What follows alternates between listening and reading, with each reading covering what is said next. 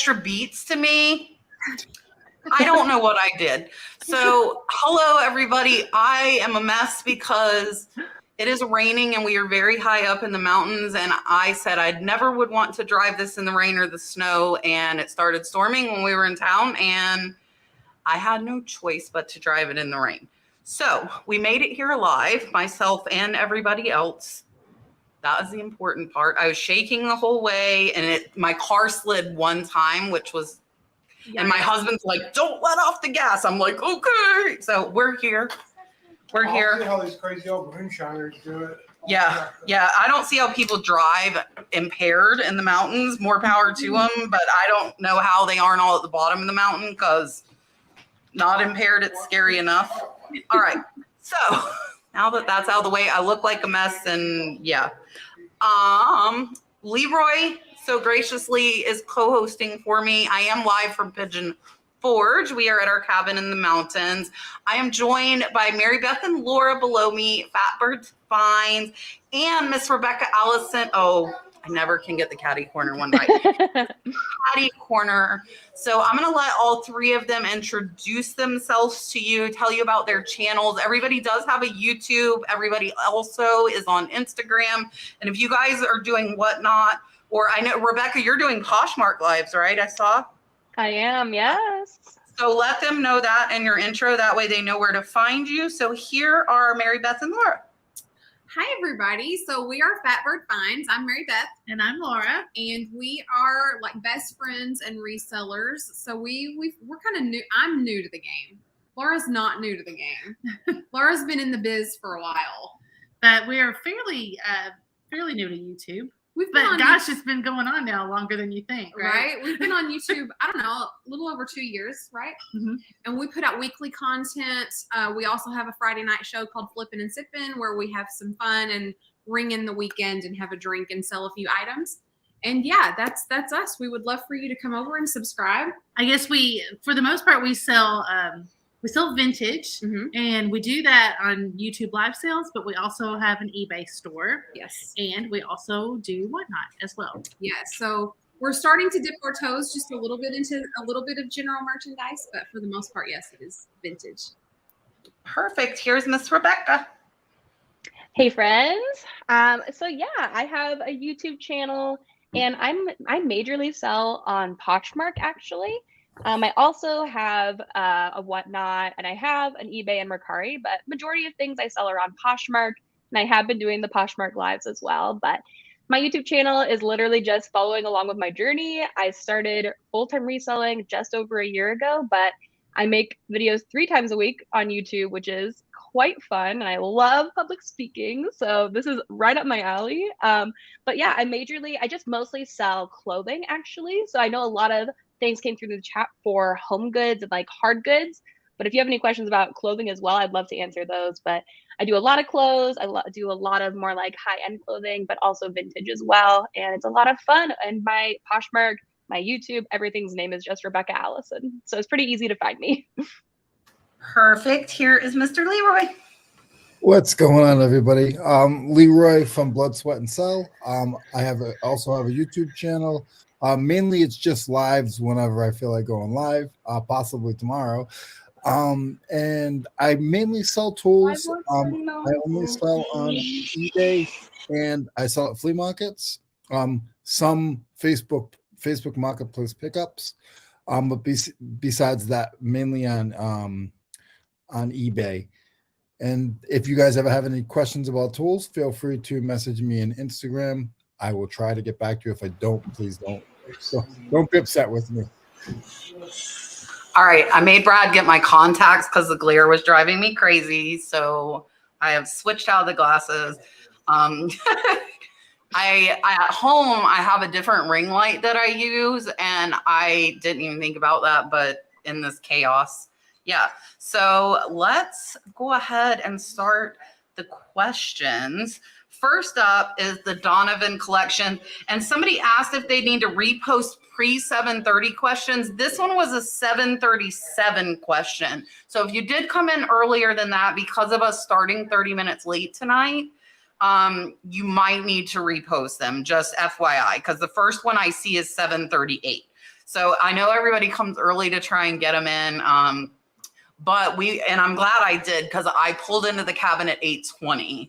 So I knew I wouldn't be here by 8:10. We went on a Jeep Christmas tour, which was off-roading, and we didn't expect, and it was like a roller coaster. So yeah. So Donovan Collection says, I'm new to Posh, and someone that I sent an offer to wants to add something. Do you have any knowledge on how to add? What I'm seeing online is not leading me in the right direction.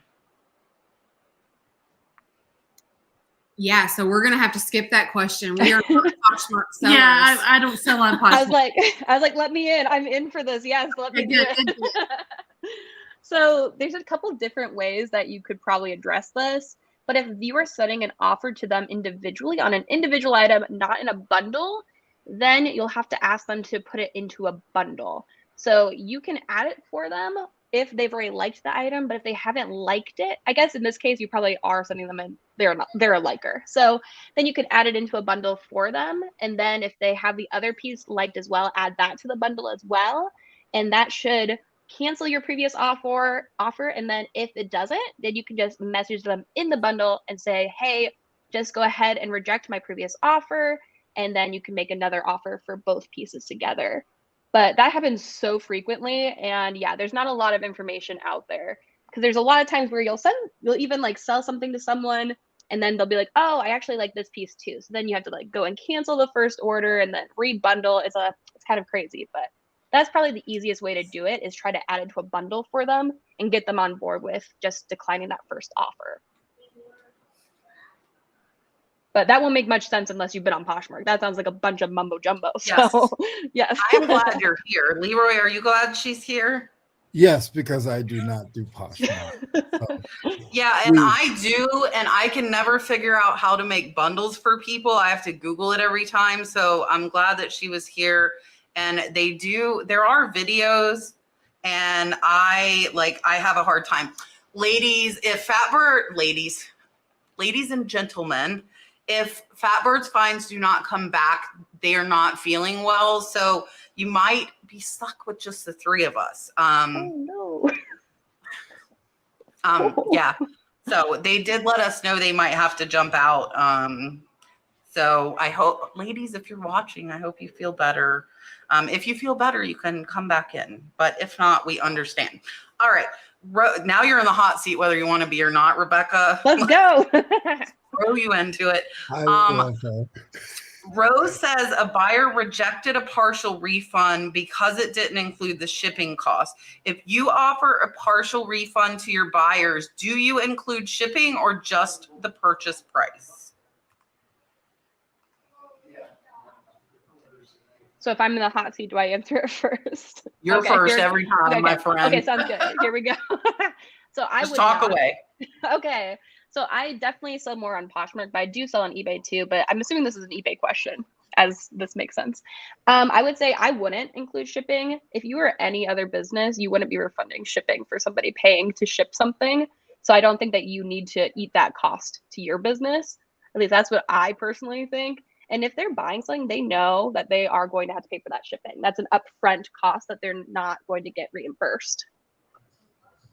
Yeah, me as well. I feel the same way. The only way I will change it and maybe pay shipping is if it's something that's totally my fault. If I send the wrong item by accident, or if something was broken before they got it, then I'll definitely, because I do try to keep them happy as well. All right. And I do not include it. And we are going to have a special guest joining us, and I will put him in the hot seat. Just like that. I'm that good. So I do not include it when I offer a partial refund. Even when I do a full refund to the buyer and I get the item back, where I did pay for return shipping because I do free 30-day, I do not return the original shipping to them. And on eBay, if you are a top rated seller, eBay actually will cover the cost of the shipping in a return case.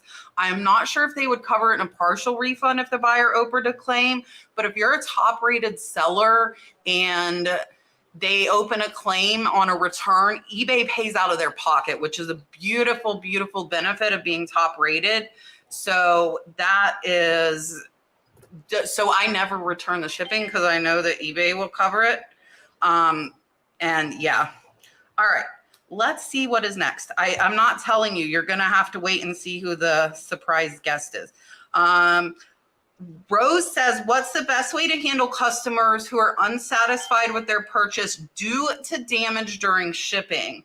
Would you issue an automatic refund or request that the item is returned?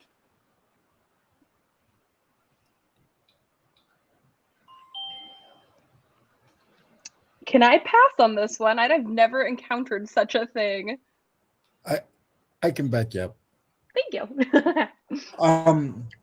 Especially if it's through shipping, it's tough when that's the case, because it's so, it's sort of like you're actually like the middleman at that point, because you send it to them, and then after it leaves your hands, you're not really not saying you're not responsible, but you have no control over anything that may happen. I usually try to contact the post office depending on how much the item is. A lot of the stuff I sell is lower end. So to take away all the headaches, I just tell them, keep or throw away the item, and I give them their money back. I try not to pay a lot of money for my stuff as well. So that usually, helps me, where I'm not worried about, I lost a lot of money and they're somewhat happy. Fabrics Finds are not feeling well, but they are trying to get back on. A storm knocked them off. So I think our surprise guest might be willing to come or not come, because they're flexible like that. So for me, if they show me pictures that it's damaged, USPS is really hard to get a damage claim approved since COVID started. So about 2.5, 3 years ago, it is virtually impossible to get it approved. They're going to make your buyer bring it into the post office.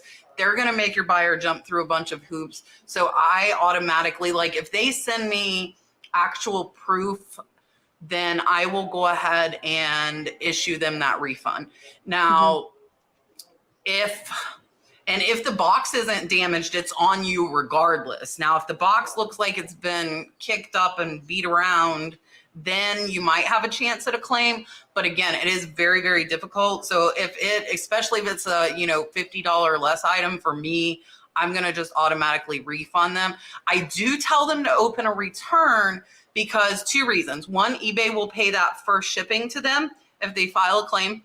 And number 2, it protects you from negative feedback. So if that buyer blames you for that package being damaged, if they open a return and you then issue a refund, you are protected from negative feedback because you refunded their money and you won't get it. So I do say, hey, look, I'm not going to make you return this broken item, but you need to open a return and I will then send you an immediate refund.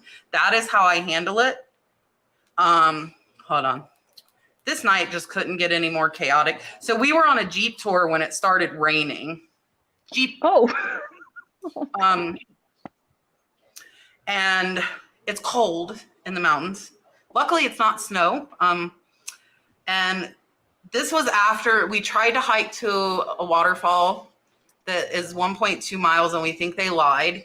And Dalton wasn't happy, and none of us were like, okay, we're not fit enough for this. So we turned around about 3/4 of the way to the waterfall. We didn't get to see the waterfall. So we've had a day today. Okay, we've had a day.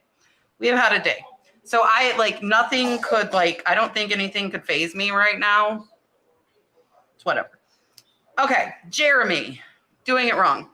What is your favorite and least favorite trend in the reselling community? I'm wondering, are we talking about, I guess we're not talking about, it's Cha-Ching. Wow. What a special guest. Woo! Wow, that's great. Okay, Scott, if the ladies come on, I'm kicking you off. I love Yeah, you. that's good. Okay, good. Just making sure in public, that we're good. Okay. I'm leaving you in the hot seat, Rebekah. We're going to let you go first. Here we go. My favorite and least favorite trend. Okay, my favorite and least favorite are probably the exact same trend. I think there's been a huge shift towards live sales, and I feel like people are going to have some questions about that. Yeah, and so I would say that it's kind of fun. I have been doing some live sales, but also there is like a double-edged sword to it too. You know, you're making less money on each piece that you're selling doing live sales. There's kind of this whole expectation that if you're doing a whatnot show or something like that, then you are selling your things for like $5 a piece. So you're not making as much money. You can move things quicker. There's just like, it's a double-edged sword. It's my least favorite and my most favorite. It's kind of interesting to see them working on new ways to sell, which I think is helpful. It's always great to just kind of reinvent the wheel, but I don't know if it's going to stick around for forever. Maybe, hopefully not, but also like it's good. Like, you know what I mean? So that's my hot take on the trend. I think for me, the live sales too, it's not something I've ever done. I actually have no interest in that. And part of that is because of what I do with my excess inventory. I don't sell it, I give it away. So it's not something I'm interested in. I think my favorite part are the number of people that share what they do, because it varies so much from one seller to the next. And I learn from all of them. And so I think that's my favorite part is that there's so many people participating and sharing what they do that I like that. Me personally, I do not sell on YouTube. And like he had said, I actually sell at the flea market. So a lot of my lower end stuff will sell at the flea market. I don't care if I have to sell it for 50 cents. So for me, you know, that's pretty much, you know, how I look at that part of it. And you know, just the whole community, it always changes. Like there's a lot of different like things that people do, and I just try to stay in my lane. And if there's something else, like I'll check it out, but it doesn't mean that I'm necessarily going to do that. Everybody just stay. I'm making a new trend. Everybody just stay. Oh, Just good. stay. I don't Kat, mind where being is a this? redheaded child. Just stay. Just stay. Everybody stay. They will get more information and we will just rock this party out. Just stay. Okay. I will answer and then I will let Marybeth and Laura, and then Dalton has joined me because he's excited to do a dolphin. He was asking me earlier. So we have 2 super chats. We're going to do dolphins after myself and Marybeth and Laura answer. So I almost think I'm all wonky. In a lot of ways tonight. I almost think that I have to echo with Rebekah and say favorite and least favorite. I am selling on Whatnot, but I got a message earlier today that Amazon is now doing live sales. They are piloting it. So the problem's going to be now it's going to be everywhere, right? So for me, I don't do Posh, and you'll see we do have some Posh live sale questions coming up that I am going to throw to Rebekah because I think she's the only one doing them. But it is good, but I source just for Whatnot, and I don't like the trend of people just putting stuff they can't get rid of, because I don't think it should be second best. I think it should still be top quality inventory, and I source specifically for Whatnot. So that's kind of why it would be my least favorite, because I think that kind of brings down the value of like the whole platform in a way. And I bring really good jewelry. I source jewelry just for it. It's the first time it's seen. And yeah, so that would be my answer. Okay, now we're going catty corner in all of order. Marybeth and Laura, what say you? So I'm hoping that we're coming through okay. So legitimately our Wi-Fi just like pooped out, and I was like, oh God. It just stopped. So sorry about that. It was not fun. But anyway, so I think that we're gonna echo you guys as well. So for us, Whatnot is hit and miss, man. So we do our best to bring like top quality items to Whatnot to get top quality prices, and it's just not there for us right now. So we really want to like Whatnot though. Yeah.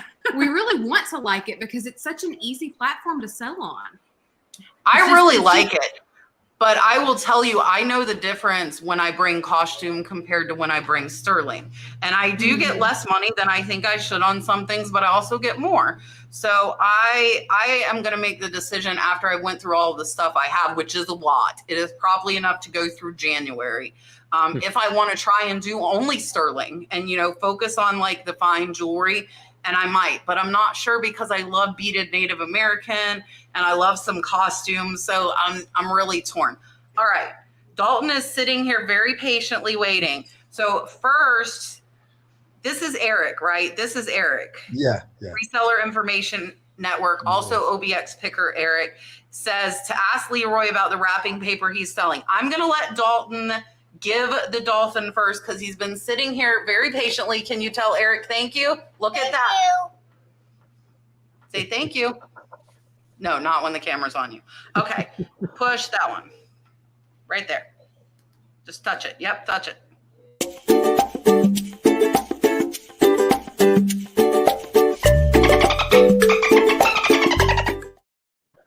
Do you like our new one? Dalton has not seen the new dolphin. He just said, oh, we have a new one.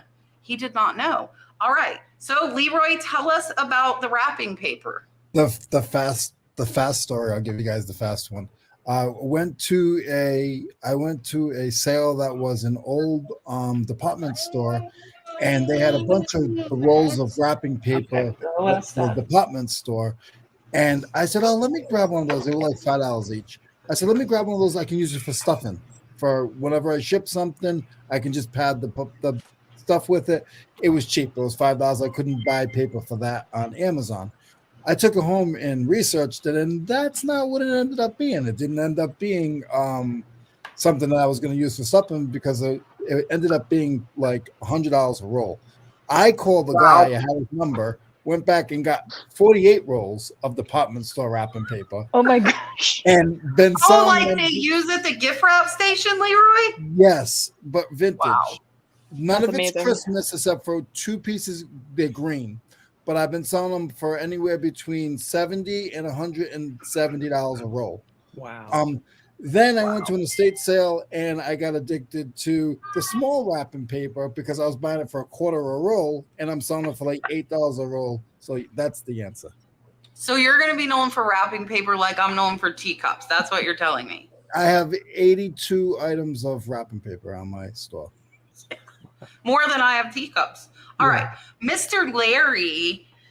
Larry sent a $20 super chat. Larry, thank you so much. And said, Kat, here's some birthday pizza money. And he's saying hi to Leroy, Scott, and Rebekah. He sent it, I think, before Marybeth and Laura came back. Thank you. So the funny thing is my birthday was Sunday. And in my video, I said it was Saturday. Like, I didn't even know what day my own birthday was. But my birthday was Sunday. Sunday is the real day. So Larry, thank you so much. I appreciate it. We've had a great time up here in the mountains. This is the first time I had to drive in the rain. Of course, tonight when I have the show. But we've had some of it's been stressful, but it's been a good time. So, Larry, here is your dolphin.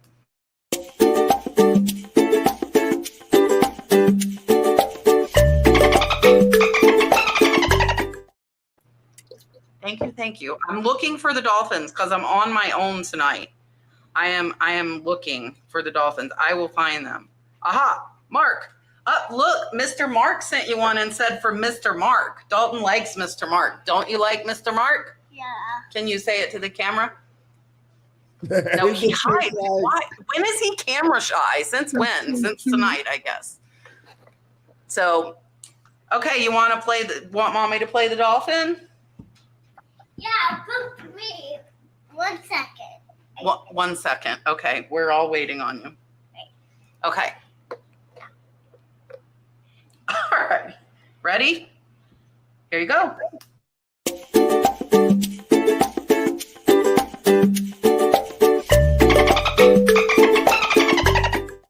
Thank you. Oh. Did we catch it? I think we caught it. Thank you, Mr. Mark. Yeah, we got it. We caught it. Dalton. Listen, I'm telling you, he was like, I want to play a dolphin. And I'm like, wait, kid, wait. All right. Resell to Ride sent a $5 super chat and said, I have 4 eBay buyers in the last month asking to cancel, claiming their kid or grandkid was on their phone and made a purchase. Am I the only one? It's not happened to me, but I have seen some other people seeing the same claim. But I also feel like you should probably protect your phone a little bit better if your kid is able to make a purchase on it.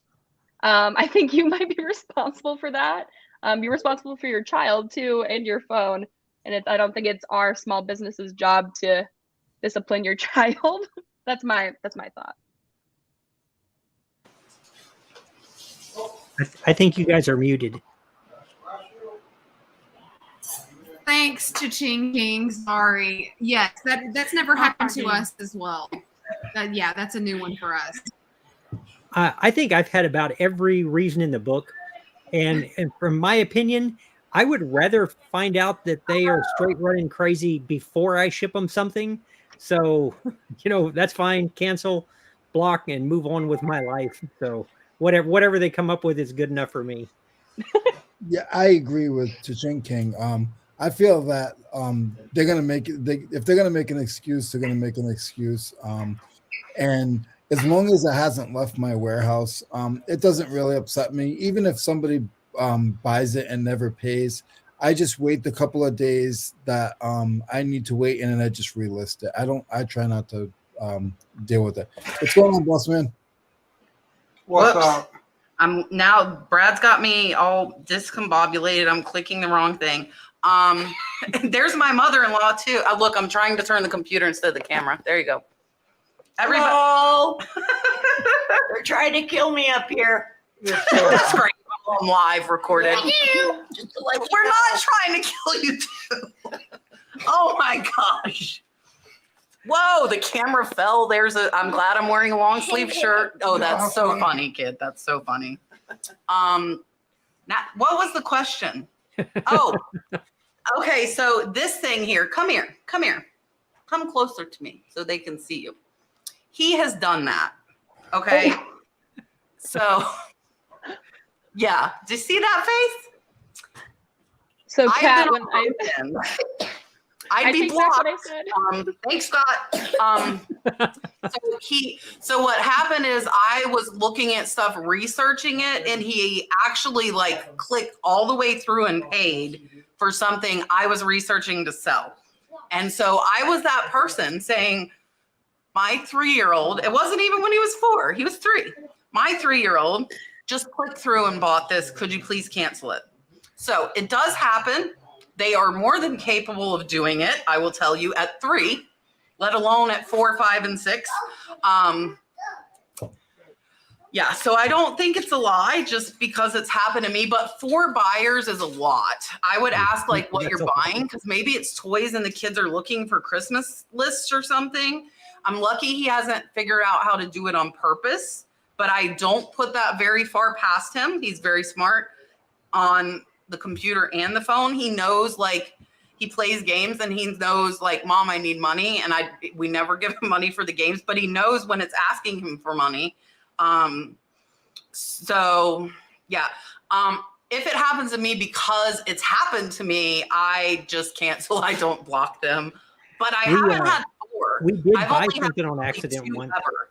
ever. Melody, right after she was looking up something so that she could get some kind of comp, she lists hers and she got an offer right away, and Melody went ahead and accepted it. She bought it, didn't she? She bought it, but I was way too embarrassed to ask to cancel. I'm like, well, we just bought it. I'm not ever saying a word. I've had sellers ask me to cancel, and Brad actually, it's always the spouse, right? He left the room, I think.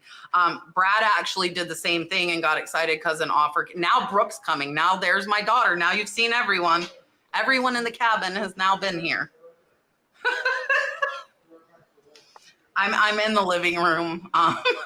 Where else would I be? I wanted to show the windows, but then you wouldn't see me. You'd just see pretty cabin windows with rain on them right now because it's night. So yeah, it happens for sure. Just beware of that. Beware. am trying to find, I think did I miss another dolphin or was that it? Did I get them all? Did I give the dolphin? That is the question. I gave the dolphin. Okay. Everybody coming up behind, like, and none of them are normally on camera is the crazy thing. And now they're all like, here they are. Okay. Next question. From Miss Janine. How do you package perfume to mail? I don't want it leaking or spilling during shipping. Yeah, I would definitely add a plastic baggie around it of some sort. I know even if you don't have like poly mailers, at least do something like a Ziploc, something you could have, because you definitely don't want that leaking. And then well pad that thing. Give it some nice soft cushion for sure. Yeah, I would agree with that. Time that we've ever sold any sort of perfume bottle or anything with liquid in it, we do make sure and double bag it. So, you know, just like Rebekah said, make sure it's sealed. And then we do actually add a second layer of plastic over it just to make sure. And can I just go back and say that I have a 15-year-old grandson who already knows how to like get rid of the ads when he's playing a game on my phone. He can like go up to the X and X out of the ad and swipe and get back to his game and knows which one to get. So I'm second. I'm going to take back what I said earlier. I'm sorry for those you. I'm telling you, I'm so embarrassed now that I said that I don't want to discipline your child. And everyone's had their kid buy something. I'm too young for it. You people. I know. Scotch just blocked all of us. I just blocked all of you. I take perfume, throw it in a poly mailer, and tell them good luck. Or I don't sell perfume. One of those two. You decide. Well, I have sold perfume before. What I do is I always put my stuff in a plastic Ziploc bag anyway, even if it's a socket or tool or wrench, it doesn't matter. I'll put it in a plastic bag, put it in bubble wrap, and I actually use this for everything, and I love it. I put shrink wrap around everything, then put a little bit of piece of tape on it. That's just, to me, that's just the easiest way. I do, when the post office asks if it is a perfume, I do tell them yes, because especially if it's something high end, you don't want it coming back to you. You'd rather it go ground so you don't deal with those headaches. Yeah, so first is you got to make sure it goes ground. That's number one. I tape the top, and then I will put it in like a plastic bag, and then most perfume is glass bottles, so I wrap it in bubble wrap, and then I will put it in a box. So it's kind of got extra layers on top of extra layers. I don't do a lot of perfume anymore though, since eBay's kind of cracked down on the used perfumes. I don't try and source them as much. You can sell them in the collectibles, but it's still kind of 50-50 if they're going to take you down. So I don't look for them where I used to before they started to crack down on it more, but now I don't. Okay. Miss Elizabeth says, I sold a pair of earrings and can't find them. What do you do if you can't fulfill the order? So unfortunately, this happens to me too often.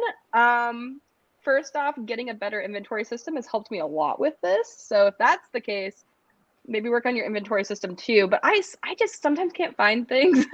And I usually just reach out to the buyer, and at least on Poshmark, which is where I normally sell, you could reach out to them individually and just say, hey, I really can't find this, and I'm so sorry. And then usually too, I'll be like, hey, if you find anything else from my store that you like, I'll give you 20% off or something else to try to keep them at least still buying from me, even if I can't fulfill that order. So that's kind of my go-to move. So that's not exactly happened to us. I don't think we've ever misplaced an item. I'm very fastidious, so that stresses me out. Yeah, I'm very thankful that that's not happened to us. I don't know what she would do. But I think if it did happen to me, I think I would just be like, sorry, I broke it, or my cat ate it or something. I don't know. You guys sell a lot of glass. That's a tough cat. True. If you can keep from canceling it, you're better off. So normally I would either offer them something else or a massive discount, anything to keep from canceling it. But think things happen. So 2 years ago, I lost in this house somewhere. There are 2 Detroit Red Wings Christmas hats, and I can't find them. I still haven't found them, but I know they're here. And but I mean, it happens, but it doesn't. Just make sure it doesn't happen often. For me, I have had that happen before. But what I try to do now is I don't have a lot of items. I'm just about at 800. And my bin system goes up to 1,000.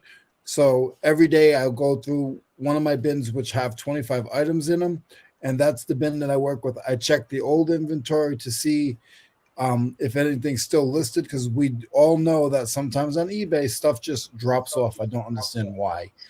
So I check to make sure it's not listed, so I'm not holding dead inventory. And I also make sure that all the stuff in the bin that's supposed to be in the bin. Just what I'm trying to say is just make sure that you do check your bins from time to time. That will help you from not losing an item. Yeah, so definitely a better inventory system. On eBay, I tell everybody, do not cancel for the reason you cannot find it. If you are a small seller, it could be very, very detrimental to your business, to the fact that your listings are suppressed and nobody sees them and your sales go in the trash.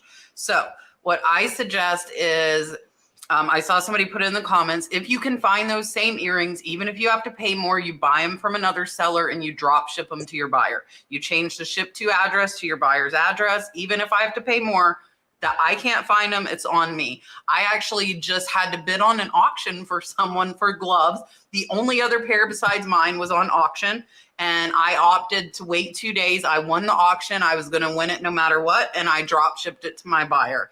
And they actually got 4 gloves and I only had 3. So they got an extra brand new set that was better than mine. Second option, offer them anything else in your store up to X amount. So if it's a $20 item, I might say, I'll give you anything in my store up to $30 in place if you want me to ship that instead of it. And then I would just end the other item and ship that replacement item as if it was the original. Third, if they say, no thanks, I just want that, I'll take a refund. Well, the buyer just asked me to cancel, and that is now my reason for canceling. Do not cancel for item damage or you can't find it. If you're a small seller, it could be the end of your eBay business. It hurts. And I see it in store reviews and they're like, why am I not getting sales? And sometimes that is the only reason, because it's a very low percent. It's a very low threshold. It's like 2%. So you figure if you have 100 items and cancel 2, you just put yourself below standard. So me, I could do that on some and it wouldn't hit me because we sell about $350 a month on eBay, but I still don't want any. I don't want any at all. So yeah. Oh, what was I gonna say? Oh man, I forgot. Oh, about the perfume, since that was attached, because somebody asked. So it is still listed partial under collectibles, but I think eBay still will grab some and pull them down. So technically it's a no-no. People get around it by putting them as collectible. And yeah, so it's up. Like I said, I personally do not source them anymore. All right, Miss Jackie. Do acid, gold, and silver tests have an expiration date? I have a hard time reading mine. You can't seem to trust the mark on the piece. So I don't know who all is doing jewelry. And if you are doing jewelry, if you use an acid test, if not, pass it over. And look, we almost have a circle going, like kumbaya in the cabin. Yeah, we're going to pass. Somebody else. As well. Am I the only one? No, I do. I was just waiting for somebody else to answer first. Marybeth and Laura, do you do acid tests? Yeah, no, Okay. we're going to pass that one. Yeah, Okay, yes. Scott. To answer the question, yes, acid can go out of date. Most items, when exposed to the atmosphere, will return to a neutral state.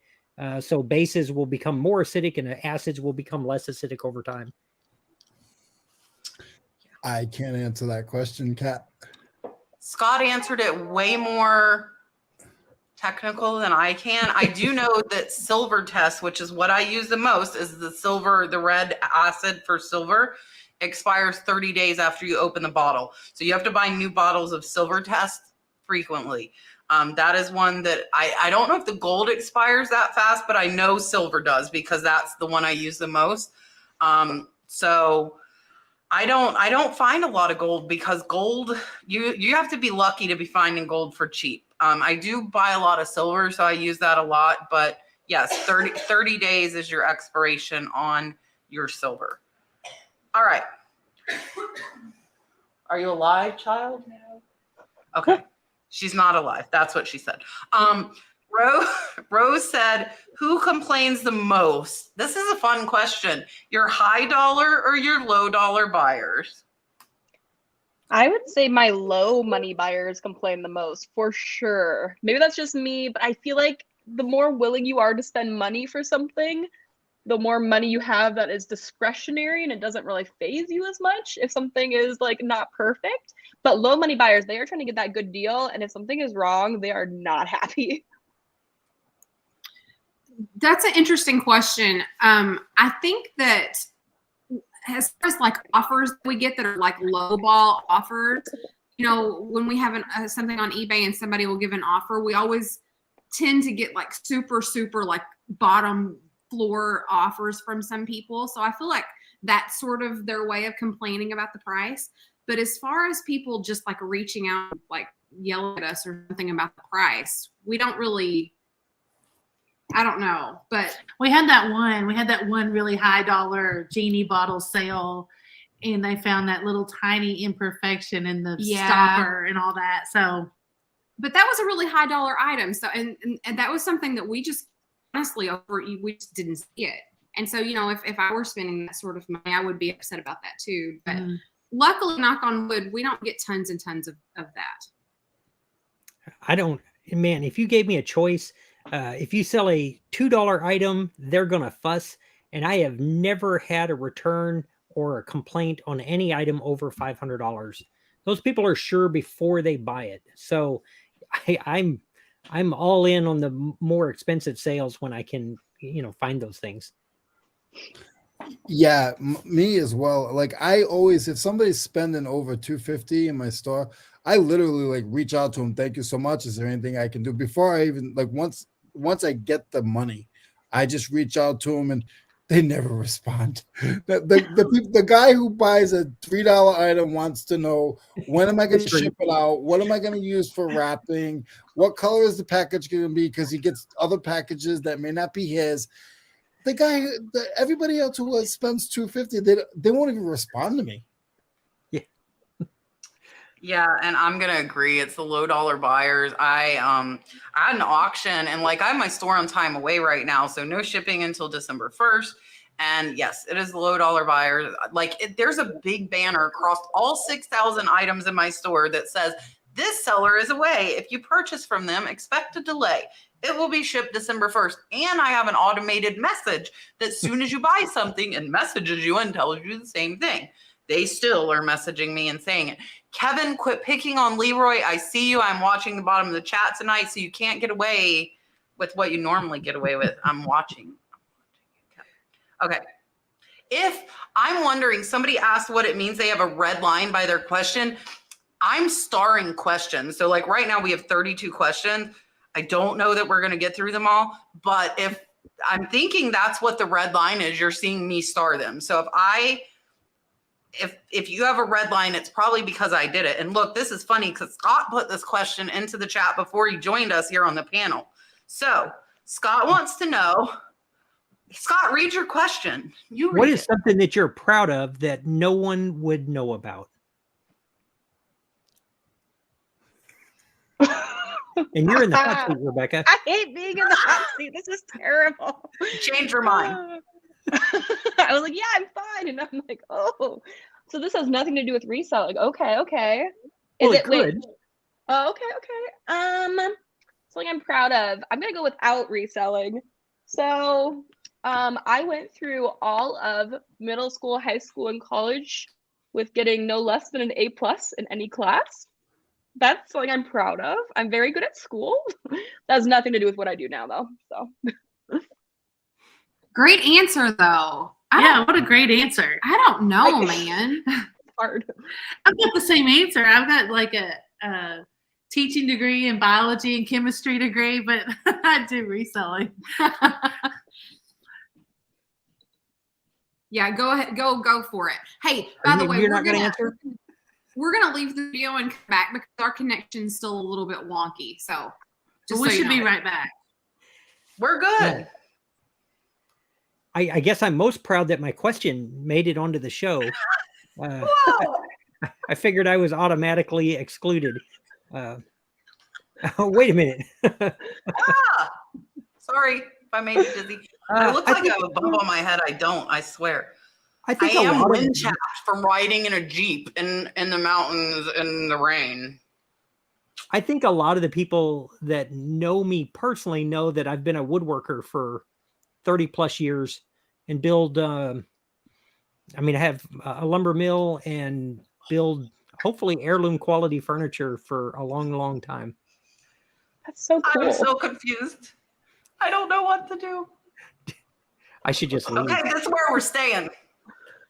I'm not in the hot seat anymore? No, you moved up. Wow. I'm so sorry. I don't know. Oh, yeah, now you have to answer. You came back. Are you leaving again? She's proud of her connection.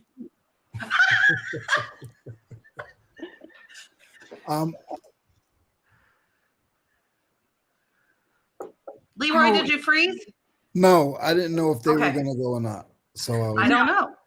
Laura answered the question. I don't know what to say. That's a great question. Maybe the care that I put into packing items, I really think a lot about it.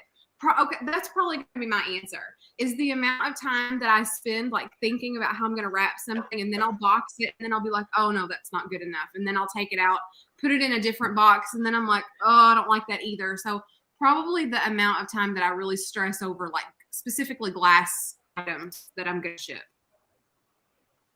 I'm a little ashamed to say this one, but something in my heart is telling me just be yourself and don't be afraid. Doing this eBay business is a little different for me. I'm used to doing construction, working with my hands. I have a slight learning disability, so reading and writing is very, very low. So I have to use talk to text. I can't spell words that well at all. And nobody on eBay knows that. Like people that I know, but like the eBay people, like people at eBay or people on my old jobs, now with talk to text, nobody even knows. So I have to use talk to text to do all my descriptions and my headings. And I'm actually proud that I can do it and not stress out about it. And I don't want anybody to congratulate me, nothing. It's just to try to explain to you guys, like you can do it even if you have a slight disability. Yes, he has found how to make it work for him. I have known that for a long time. And he's made it work. You know, no excuses. You can do it. If you really want to do it, you can do it. George, I do have a cast of millions tonight. I agree. I'm glad to see you in the chat. My friend, the Antique Nomad, is in the house. We are the Hollywood Squares tonight. We definitely are. And whatever. Like, I have to get over my OCD at some point, right? What is something that I'm proud of that no one really knows about? That's hard because I tell everybody everything, Scott. I don't really hold back a ton. I like giving back. I don't put a lot of that into the chat, I think, or like into videos. I think Scott knows that. I like the whole like I've paid for people's order that were digging for change at thrift stores and stuff like that. My husband does that as well. We also like to tip very, very well. And when I say very well, I mean like triple what they would expect because we can, and I have waited tables. I waited tables when I was 9 months pregnant with my 22-year-old. I've been in those shoes, and we tip very well. And I think it's so cool to be able to do it. Because I've been in those shoes at 19, pregnant and struggling. Not that that's everybody's situation that's waiting tables, but when Chris comes in here and Scott sent me $100 super chat, like that, it makes you feel good. Like it's the same thing. So, I gave the waitress $150 last night and said, keep the change. And she didn't look at what I gave her. And we walked out, and I love doing that. So I'm proud of doing that because I can.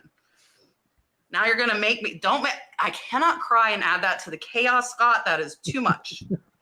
But I love being able to, and I'm not like super well off, but you know what? I'll do another Whatnot show and I'll get that money back. I guarantee you I will get it back somehow. I'll get it back. Amen. And that's okay. And that's what Brad's like, we can't take it with us. So he has the same like mindset as I do, which I like. What are y'all whispering about down there in the corner in square number 3? Our internet connection. Yeah. She's like, I'm so sorry. This is terrible. And I'm like, you're giving Kat a nervous breakdown. You're not like, look at this. Anybody that knows me knows I am OCD about like having 4 squares and it has to go in order. And I'm just saying, screw it tonight. Like my hair is a mess. The rain has finally dried off of me. My face is chapped from riding in a Jeep in the rain. Like it's not a bad night. It's honestly not a bad night. And then Scott came and I love Scott. So everybody just stay and we'll have a good time. And George thinks we have 1 million guests and everyone thinks we're the Hollywood stars and it's okay. Miss Sue says, for those who sell on Poshmark, have you seen slowing sales now that more people are doing live shows? We do Poshmark, and the answer to that is no. In fact, I've actually seen, I still do way more on eBay than I'll ever do on Poshmark. Well, I can't say ever because you never know, but just like today, vintage stuff is selling on Poshmark as the younger kids, because I feel like Poshmark's a younger generation, and as they start, a lot of the vintage is popular with them, and I sold 3 vintage sweatshirts today on Poshmark. So no, that hasn't been my experience. Yeah, we can't exactly answer that question because we don't sell on Poshmark, but I will speak for our eBay sales. Those are up right now. So I feel like things are hot on eBay. Also, go ahead. That's okay. I was just gonna say also the George, the Antique Nomad, said that Flip is even more bold and brave and fearless than she seems on camera. He was answering that question for you, Kat. Am I not that like ridiculous? I'm a little ridiculous. I'm more ridiculous than outgoing in person. I kind of like put on my teacher face when I do my videos. I won't lie, except for the live. You see more of my personality in the Tuesday night shows than you see in like my teaching videos because I have my teacher hat on.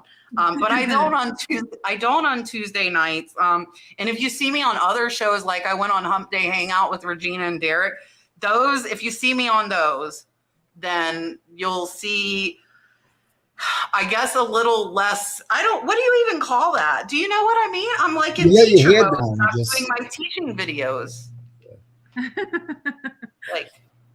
But yes, George, I thought you were going to answer for yourself. Now you have to answer for yourself if you're still here. You have to tell us about yourself. And thank you, George. And I have no clue who was answering. I'm sorry. I think it's on me. Yeah. Okay. So I do sell majority on Poshmark, and I also have been doing the Posh sales. So I've actually done some videos about this on my YouTube because I have tons of comments coming in that people, since the live shows have started, are not selling anything. If they're not doing a live show, they can't move anything. So I know it's a huge issue, at least for the people that follow me. For me, since I've been doing those sales, I've noticed a huge trend in that as soon as I finish a show, I always sell like another 5 items that night. And then my sales are still boosted for the next few days. So I feel like if you're not doing those sales and you are on Poshmark, I can totally see that you wouldn't be like pushed as much as the people that are actually doing it. But right now too, like there's a cap on who can do Posh shows. They aren't allowing everyone to do them. So it could be really frustrating on the outside if you're not doing the shows and you see your sales declining, that there's not much you can do about it. And that really sucks. But Poshmark's been doing a lot of that kind of stuff this past year, some changes. So yeah, I totally can see slowing sales for most people, unless you're doing a live show yourself. I can't answer that for Poshmark. I don't do Poshmark. On eBay, I do feel that the sales have been better. I did get 4 returns last week, all over $100. and I was really nervous that my sales were going to go down. They are a little slow, but I'm just keep pushing through it. And I don't have anything that's going to like really sell crazy for Q4 because I just sell tools and hardware, but that it just sells at a regular flow. So sales still good, but if you do come up with something like 4 returns in a week, just push through it and just tell yourself it's going to be good and keep working hard, work a little harder to try to get that back. That's all. Yeah, so I'm not doing lives on Poshmark, and my sales are up on Poshmark. So I'm not seeing a slowing in sales. Mine are increased. Mercari has actually picked up while we've been on vacation, and Etsy. I just got another Etsy sale. I think I've had 6 Etsy sales in 2 days, and normally we only get that in like a couple weeks. And it's been crazy. We have over 40 going out on eBay, even though we've been in time away. So ours have been okay. I noticed a downturn in eBay because I'm not listing there because of doing whatnot. So that I can correlate to myself, but they're still pretty decent. They're still decent. Julie sent a $20 super chat and said, I appreciate everything I've learned from everyone here. Looking forward to retiring at 60 plus in a few months to focus on reselling. That is amazing. I'm going to be like the 90-year-old reseller because I love it. And I don't know that I will ever stop. My husband might hate me for that, but I think I had somebody come to my class that was 89 and actively reselling, came to one of my retreats, which I think is amazing. And but I don't want to be doing it because I have to do it. I want to be doing it because I like it. And then I will be even more picky and only pick out all the pretty things that I could put in my house until they sell. And I'll just be a pickier reseller. But I think I'll keep doing it because I really love it. So Julie, thank you so much. Here is your Gino's dolphin. I think Dalton went to sleep. Here's your dolphin.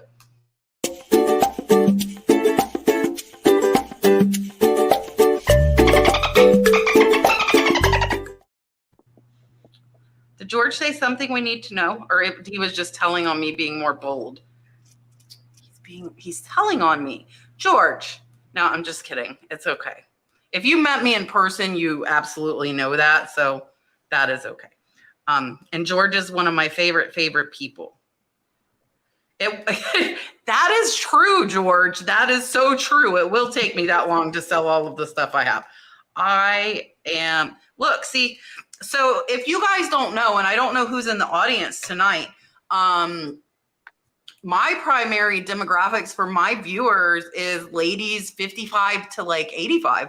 That's who watches me, and they're reselling. So if you're watching it, thinking about doing it, do not let age be a determining factor because there are a lot. And Mr. Bill and Vicky that helped me, they are amazing in doing it as well. So don't say age. Don't say age. George is on it. George is on it tonight, and I'm enjoying it. It fits in well with tonight. Cheap. Oh, I gave the dolphin. I'm losing my mind. I'm not gonna lie. Cheap chickadee thrift said, I want my garage back. Soon I will liquidate my eBay inventory and shift only to small items.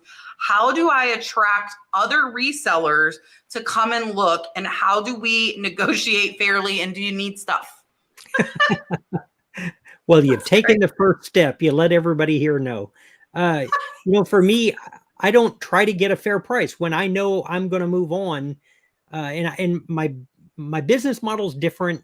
And I share it on my channel is that I'm already retired. So I have a floor on my income.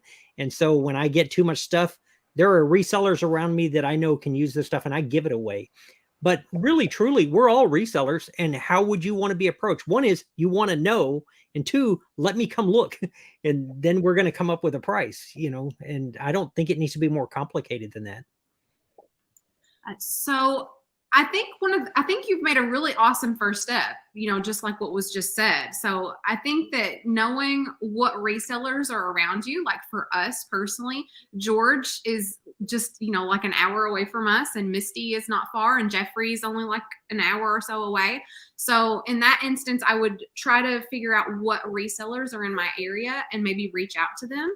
And then I think Laura had something to add. Yeah, and I was just going to say, my mom and I have the brick and mortar, and which is something that I do as well. And it's always difficult. People always wanting to sell something, so they're every day they're either on the phone or stop by in person, but they never want to give you a price. And so my biggest advice is, if you want to get rid of the stuff, price it like you want to get rid of it. And because if people don't want to ask, like, I don't want to lowball you, right? So yeah, I probably want it for $20, but I probably don't want it for $50 if that's what you want. You know what I'm saying? So that would be my advice. My advice would be to go just price it cheap and tell them what the price is up front.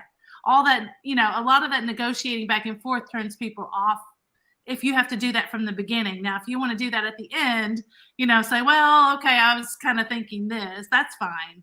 But I think you should start with something in mind. Mm-hmm. I agree. There's nothing worse than when you go to like a garage sale or something and nothing has a price on it, and you have to ask them for every single thing. And then they're like, oh, it's this expensive. And you're like, oh, that is way outside of what I was thinking. So I think you're right. Just giving a price up front, if you know how much you need to make, I would just start as low as you can.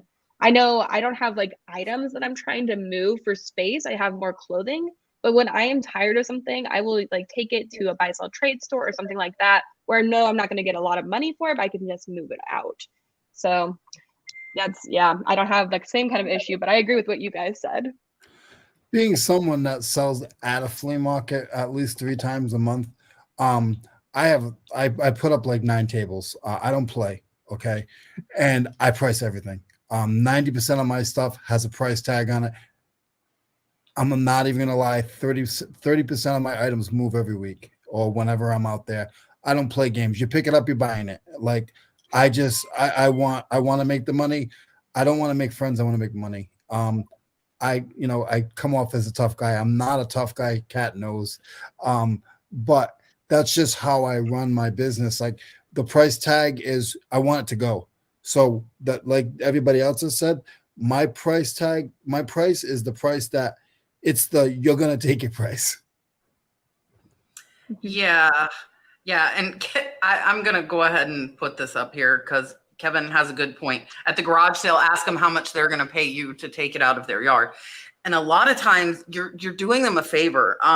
So I'll put this so you can see everybody's name, at least for a couple of minutes while I'm talking. So for me, a lot of people message me, and a lot of it I don't write back because I'm a cheap buyer, and I hope if you watch me, you know that, and I don't want to lowball someone. So the issue here comes in for me, if you're not buying cheap like I do, then what I offer you would be offensive because I know I can buy cheap. So you kind of run into, did you buy correctly? Did you get it as cheap as you could? And was that cheap enough so that you can at least get your cost back? And sometimes you can't. And I have had to tell numerous people that without trying to offend them. I would expect if I bought out your eBay store, I'm not giving you more than 10% of what you have listed. I'm just not going to. I'm buying everything you have, what I want and what I don't want. Unless it's really, really good store, I'm not going to pay you more than 10%. So to all of you that think about emailing me, just know that. And I'm not being rude, but if I'm going to take 3,000 items off your hand and I might want 10% of them, 300 of them, I have 2,700 that I'm either going to sell really, really cheap or I'm going to give them away. So that's why I wouldn't, like, I'm doing you a favor, just like Kevin just said. Could you imagine me trying to sell 6,000 items? I have $250,000 in inventory. So does somebody want to come buy everything that I've handpicked that I like? Probably not. And I know that. So I give a lot away, just like Scott said. I do give a lot away as well because I know that it's not worth probably more than $1 or $2, and I'd rather give it to somebody who could use it. Take it to the flea market, make $1 or $2 on it that needs income. So as far as attracting other people, look for, like, I would do a local buy sell trade group. Like, I have a county one that I'm a member of. I would post there, but I agree with everybody. You need to have a price on it, and it needs to not be high. Most of the people that message me are wanting like 20, 30, 40%. Well, guess what? eBay fees for me when I promote are 20 to 30%. So now you just put me at like a 35 to 40% margin and want me to take all your inventory. And that's just, and if you know me, really in real life, I am this blunt as well. Don't ask me something if you don't want to know the answer to it, because I have no filter. I will tell you exactly what I think. And I just think it's super hard to get rid of all your inventory. And then when I wish people luck, I mean that, because I think they're going to need it. It's not going to be easy. It's not going to be easy at all. So yeah. Scott, I'm glad you're in the hot seat. Didn't we do this last time you were on? I think we. Margaret wants to know how to get a report of October sales and expenses.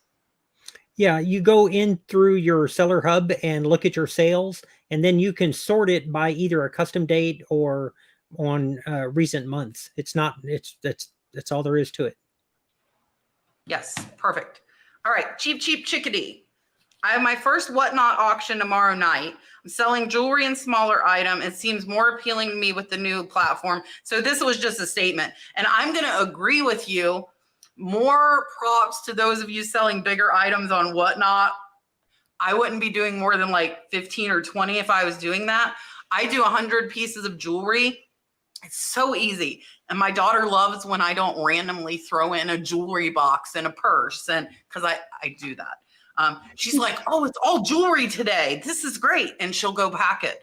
But when I throw in a jewelry box, or Brad makes jewelry stands, and she's like, what are you doing? So I think it's the way to go, because I think you can move more quantity. But some people do bigger stuff and ship that many too. I couldn't do it. I'm not going to lie. I couldn't do it. All right. Fabulous flamingos. What type of device do you use to identify if metal jewelry is gold or silver, and what is the price range? This is a tricky question. Scott, do you have insight? I tell you what, since I'm the first one, I'll start at the beginning. I'll leave some of the others open. First thing you need is a magnet. And because gold and silver are non-magnetic. So the first thing you need is a magnet. And if it's sticking to your gold bracelet, it's not gold. Yeah, you took our answer, because we're not jewelry people. So that's literally the only tool that we use to try to determine if something's costume or not, because we just simply don't deal in much jewelry. Same here. I don't do a lot of jewelry. And if it's something that I think is worth a lot of money, then I usually send it to somewhere to get authenticated rather than try to do that myself.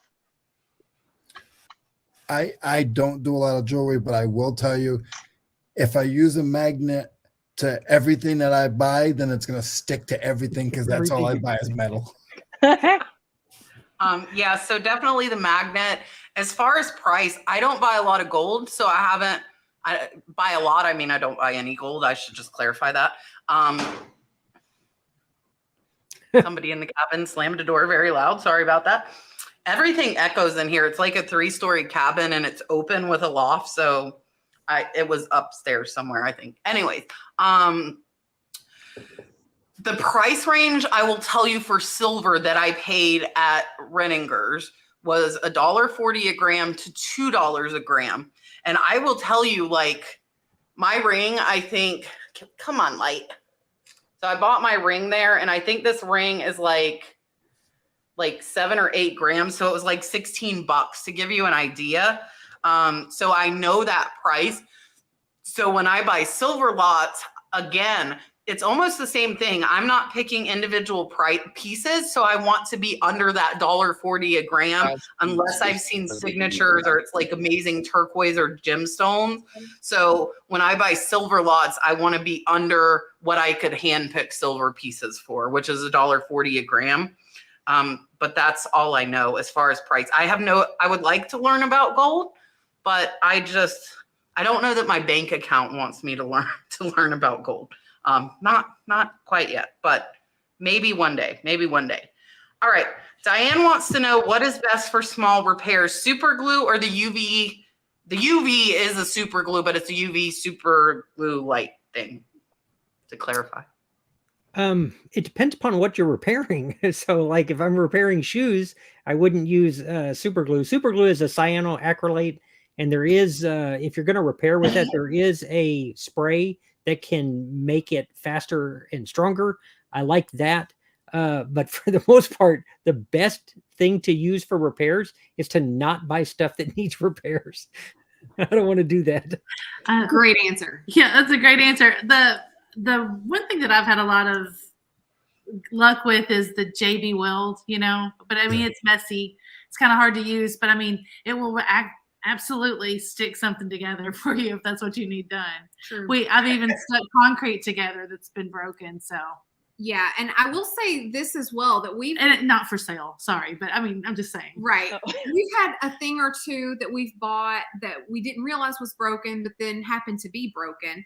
And then instead of repairing it ourselves, a lot of times we'll sell it as is with the broken pieces and say, I think you can probably repair this, but we often let the buyer repair themselves in a lot of instances if that were to happen to us.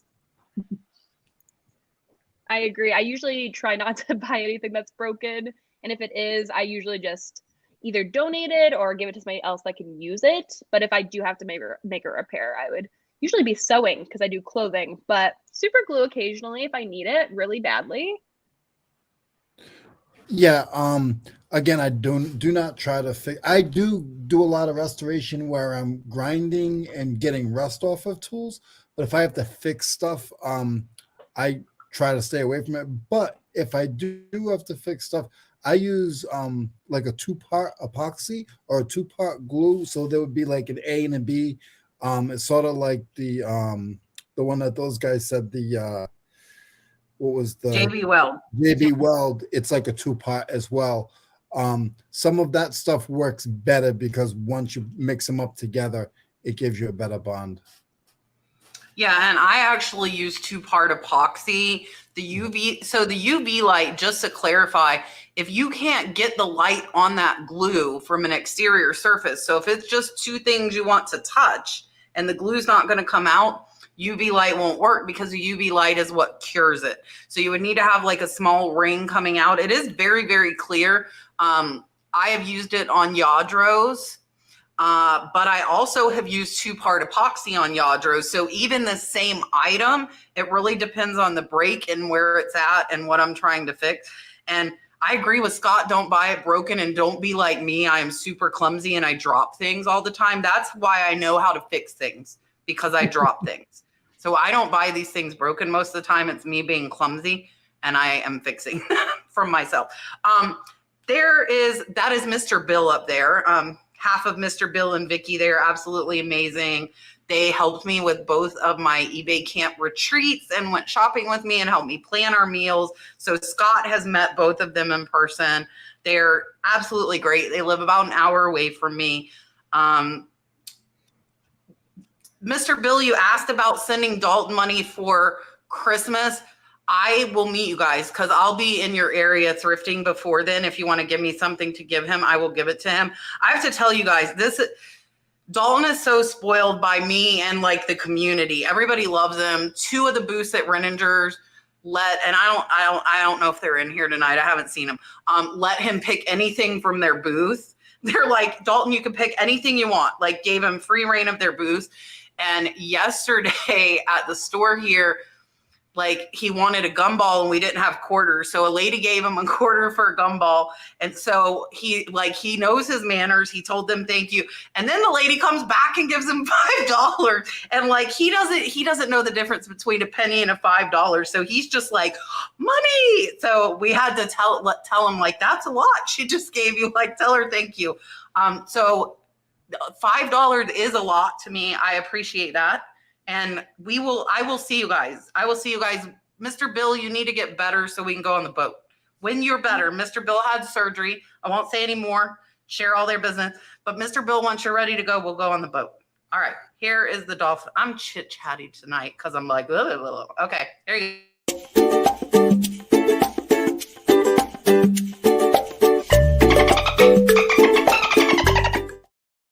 Dun, dun, dun, dun. Hi, Abby. I hope you feel better, my friend. Mary sent a $10 super chat and said it's business is so easy, a 9-year-old can do it. Abby finds some, okay, there is a ladybug on my light, and there is a lot of ladybugs in this house. So I love ladybugs till there were a lot of them in this house. Anyways, I'm like, what is on my ring light? It's the ladybug. Abby finds amazing plush. Like big bolo item plushes. Mary sends me them and I see them. And I think they're on her Instagram too. Mary should share your Instagram. Abby, I hope you feel better. I'm so sorry you have a nasty bug. I don't know which. I'm going to give you the old dolphin. Mary, tell me if she likes the new dolphin better and I'll give her that one too. But here's the old one. Thank you. Super chat. The original dolphin before the dancing dolphin came along. Hold on. Okay. I'm really multitasking here. And I'm on my laptop and I'm used to being on my desktop. And this is a very much smaller screen. So yes. Cheryl wants to know, do you have a certain day you cut off shipping for Christmas? And if so, do you tell your buyers you don't think the package will arrive on time? In the eBay, I can't think of what they call it, the forum that they just had where they were talking about it. They said the 12th is the last day that you could reasonably expect to ship things out without expedited service. What Melody and I do is we've added priority to a lot of our first class as an option for people. And what the option allows is that if they choose first class, then they can't fuss about it not making it. But I don't have a cutoff. I mean, I'll try and get it there, but I mean, there's no guarantees. So for our YouTube sales, we have already done our Christmas items. So we don't plan to do any more Christmas items for our YouTube sales. On eBay, we don't really publicize a date. But man, the way that the post office has been the last couple of years, I'm scared to tell anybody it will or won't. I remember last year we had that a pretty big YouTube live sale with Christmas items and stuff like that, and we did it early. Mm-hmm. The first couple of days in December, which I thought was plenty. And I guess with the slowdown and everything in the postal department, some of that stuff did not make it. And I mean, my gosh, yeah, that is a long time. So yeah, so I'm just kind of leery of Christmas post officing. So for me, I feel like I'm kind of lucky in that I live on the other side of the country from all of my family. So well, not lucky from that, but that sounded so bad. I feel you. You know what I mean? Okay. So I live on the East Coast. My family's in the Midwest. So I have to leave before Christmas anyway. So I'm going to put my things on my away, and I usually can't promise anything around Christmas time anyway, because I'm already driving or gone. So, but if something does sell while I'm gone, I usually just have a pre-made response that I send out to everyone saying, hi, I'm with my family and I'm having the time of my life. And if I can send this out as soon as I get back, that would be great. And usually people are super nice. They're like, oh, okay, that's fine. I'll get it after Christmas. It helps if you're nice, I think. I don't really have to worry about that. Most of the stuff that I sell is not for Christmas. but I do after a certain date. Usually, it's like after the 15th. I feel like I send the most expensive stuff, the more expensive stuff. I'll send it UPS. Um, I just I'm not gonna get into why, but I feel that they try a little harder around that time of the year. I could be wrong. That's my opinion, but that's what I do. I'll switch to UPS, um, just because I feel that it will get there. They'll push a little harder. That's my thought. Yeah, so I'm glad Scott told me the day because now I know. I haven't looked it up. I do, once it gets closer, I will go like on the post office website and I will tell people. I won't guarantee it. I had somebody last week on Wednesday want me to overnight something to guarantee it for Friday when Thursday was Thanksgiving. I'm like, I don't think I can guarantee that, even with overnight. And it wasn't even an expensive item. And I don't think most people realize like overnight shipping is like $30 to $40. It's not cheap. On a like under a pound item. So if you get into bigger ones, it's a lot more. I just go with the eBay times at like Scott said, and USPS's times. I haven't had a ton of issues, but I say it all the time. I don't feel like I sell a ton of things that are Christmas gifts. I do sell some, but I think most of my stuff is more collectible that like buyers are buying for themselves. But I do make sure now once we get close to that cutoff, like I'm going to look now, what day is the 12th? The 12th is a Monday. So like the week before on the 10th, which will be next Saturday, I will make sure I ship on Saturday. And I normally do not ship on Saturday, but with it being so close to the cutoff, next Saturday on the 10th, I will ship because I want to give it as much of a chance as it can have to be on time. All right. We are getting close to 10.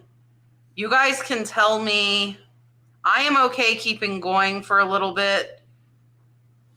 Okay, we have thumbs up. Let's roll with it. Why not? I think everybody else in the cabin's asleep now. We had a long day. So I'm not bothering anybody, or they haven't yelled at me yet. Raining Retro, North Carolina. If you sell pottery or art, do you buy items that are signed but not by someone well known? I do, because what people are calling well known doesn't mean that they're not well known to the people that are looking for that specific piece. The ones that I sold last week, Dave Servin, I'm drawing a blank on his first name. It's not something most of you have heard of, but there's collectors specifically looking for his stuff. If I found something from George Orr, I don't know how many of you in the chat know who that is. I guarantee George does down here. But if I found a George Orr piece, so yes, I do. And I also try to recognize the flavors that they use so that if I get close, you can occasionally find a home run. Yeah, definitely. Anything that with a signature is worth picking up and taking a chance on if that's the spirit in which you buy anyway. So yeah, even if you don't know the signature, somebody does. And it's also a really great way to research things. I mean, you got way more luck to research something with a signature, even if it's hard to read, but like versus a blue piece of glass with curved edges and bubbles, or whatever, some vague description. It's way easier to research and find a buyer for something that is signed. And it's a cool story too. I mean, we have found out a lot of really cool stories researching signatures on pieces. So it's fun. And I like what somebody just said in the chat too. Like, who knows? Like, by the time I get around to listing something, it takes me forever. So by the time I do finally list it, now they're famous. Yeah, right. A couple of years down the road is all it takes. I don't sell any art, unfortunately, but fortunately, my warehouse is actually in an art studio. So I'm around people that do art, and one of the guys does a lot of art. And he doesn't sell, he sells very expensive pieces, but so I do try to pay attention when I see that stuff, because I know what he does and the people on the sides of me, they do paintings. So I do pay attention to some of that stuff, but I don't sell art. But it's just a funny question because I'm surrounded by artists all day. Yeah, and I love studio art pottery, which is essentially like it's signed by Thelma. You know, like, and you might not ever know who Thelma is, but Thelma went to an art studio and she made it. I love studio art pottery that is well made, and I will pick up every piece. But if it's not well made, I won't, you know. So for me, the determining factor is more the piece than it is who it's signed by. But I might pick up something that's boring that I can make out a signature and research that artist, because something I think is boring is by someone well known. Then I might. But if it's signed by Thelma, unless it's impressive, I'm not picking it up. But if it is, and I love like drip glaze pottery, which you'll find a lot of studio art pieces that are drip glaze. I love drip glaze vases, some like 3D face mugs. I found like a pig 3D face mug. Stuff like that will sell. It will sell and it's cool, whether it's signed or not. So I won't necessarily pay up for studio, because like an awesome studio art pottery mug might only go for $15 to $20. So I wouldn't want to pay more than like $3, maybe $4.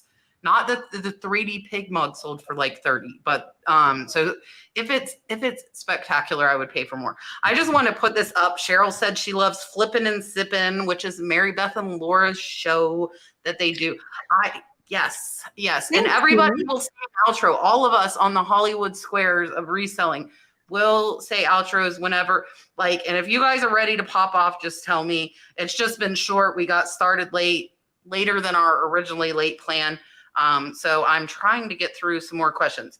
Finders keepers, Eileen, do you guys have people make offers and then not pay? It's frustrating. For 4 days you can't relist the item. I do, but again, Leroy said it earlier, you know, it's just a thing, just whatever. I'm going to get it relisted, and non-paying buyers I don't do business with again. And if they're with that wishy-washy, I'm glad I didn't ship it out. And then they're like, hey, is it too late to cancel? Just be done with them. I'll tell you the best part about when somebody makes an offer and then doesn't pay. So this just happened to us recently. Yeah. Is somebody made an offer and then we accepted and then they didn't pay for the item. And Laura was so excited. She's like, oh, I sold it. It was awesome. It's great. And then of course they didn't pay. And so we relisted, and then it sold just like 2 days ago for the full price. So, and you guys, I was so proud of myself. We don't ever sell clothing, and something just spoke to me at an estate sale to buy this sweater. And I sold it for $134. It looks like the 80s sweaters like Bill Cosby used to wear on the Bill Cosby show, that type of sweater. And when I looked it up, it's like a brand, it's like a cool brand name, Canadian or something. But anyway, so yeah, I was great. I was glad to get the $100 offer, but when they didn't pay, I just put it back up for $134, and I got the $134. So sometimes it works out. Yeah, I want to know what's the brand of that sweater. Like anybody else, I feel like we'll find it for you and let you know. Okay, thank you. I'm like, I need to know. Yeah, it happens quite often. I'm definitely newer to eBay. I've only been on eBay for a few months, and that has been my biggest gripe with eBay. I'm just like, why not just make them pay? Why not just make them pay? But I totally get it. I've had some people, I was about to say, was it Coogie? Somebody said that in the chat. I have had some people that have not paid, and then I relisted, and then it does the full price. So, it comes around, it goes around, and it can go for a lot more. So it always comes out on top. Go ahead. Next person. I don't get it a lot. I might get it like once a week. And like I said before, I just make sure that I let it wait. I'll send them the reminders. I'll remind them every day. I'll be like, hey, listen, I'm shipping out today. Just want to try to get you into this shipment. And I'll do that twice. And then on the fourth day, I'll just relist it. To me, that's just the best way around it, to be honest.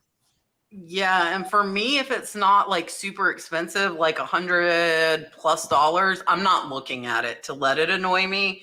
I don't look at watch. I'll look now. Let's see. Maybe I'll get mad. I don't look at my unpaid So I only have one waiting for payment right now. And actually it's one that they're not going to pay. It's a $113 offer from months ago, and eBay won't take it off. I can't make it work.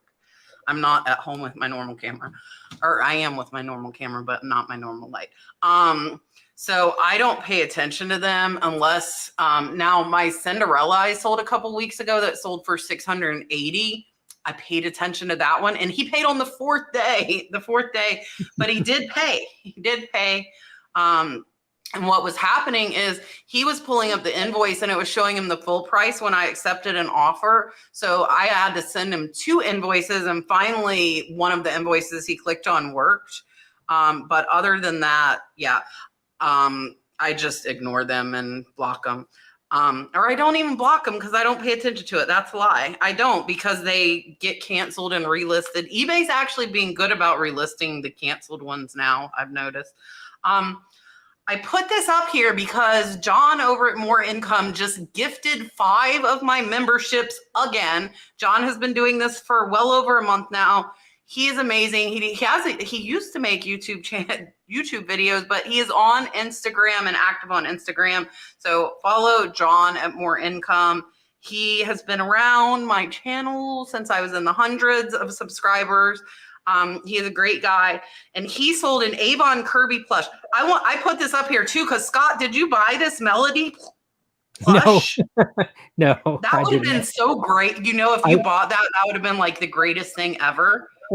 If you bought that, Melody it only took him a couple of weeks. So, John, thank you again for gifting the memberships. I absolutely appreciate it. Local treasures, you have not broke it. You know, I need to loosen up in some of my videos. I really do, because I'm not like as like strict as you guys think. I really am. Like, I can have fun, I promise. Anybody that was at the reseller rally 2 years ago knows that, because I had a bit to drink. But yeah. All right. I wanted to make sure I got to this one because we have Rebekah Allison on, and she's the only one of us doing this. So Lily Works wants to know, how successful are Poshmark lives? Do you have something to say? Go ahead. No, I was going to say that I have nothing to say. Tonight is just whatever. It's a free-for-all on the Hollywood Squares of Reselling, the new name. I'm just okay, Rebekah. To go. Okay, just go.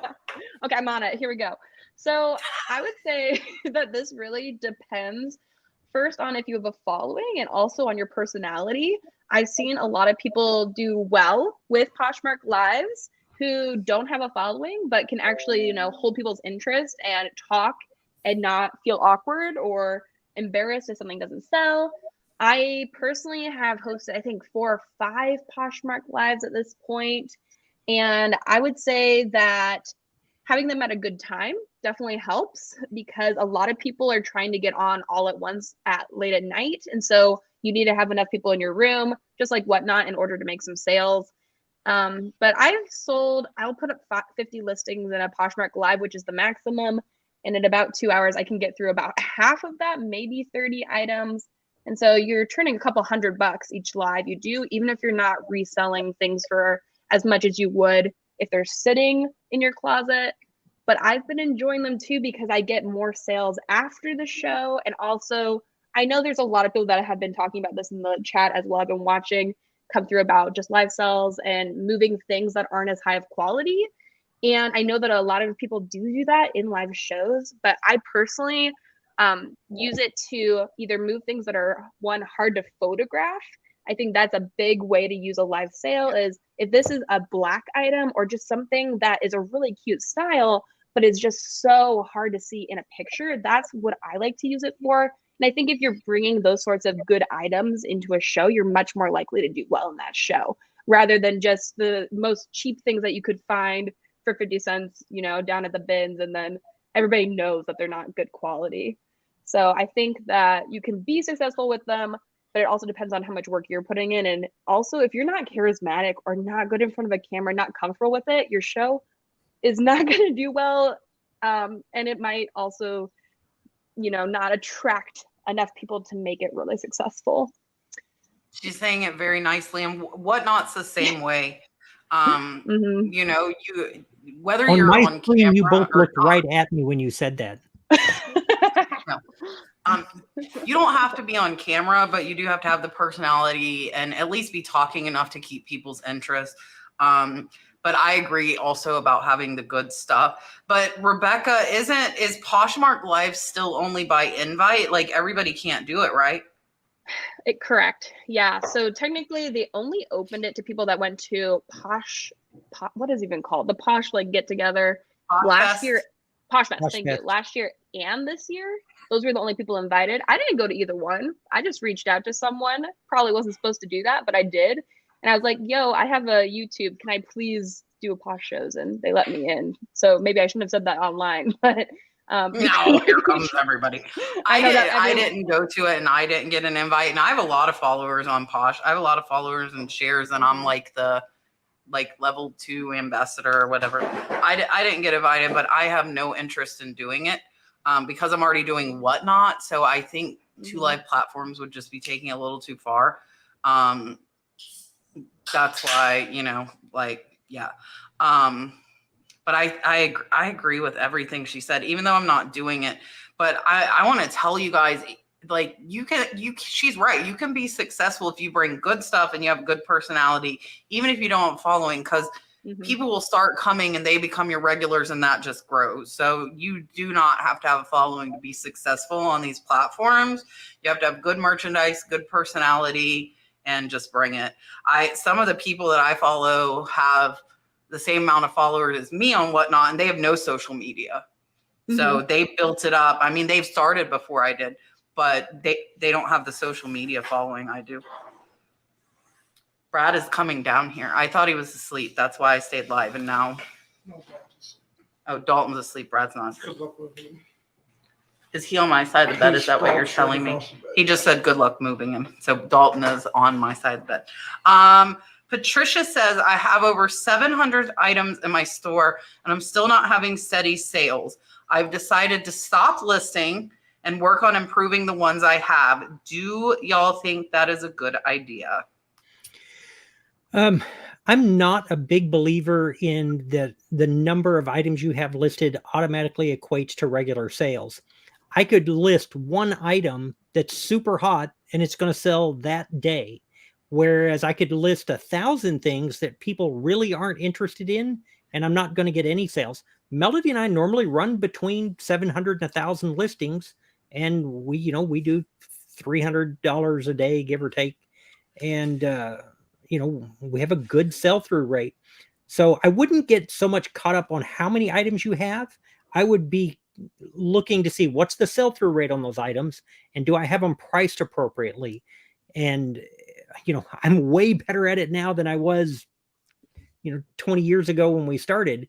But that would be my suggestion. Don't worry about the 700. Why are they not selling? Is it because you wouldn't buy them again, and then it's time to cut the price and move on? Or is it because your ad isn't any good? I mean, those are a bunch of different reasons that it might not be selling.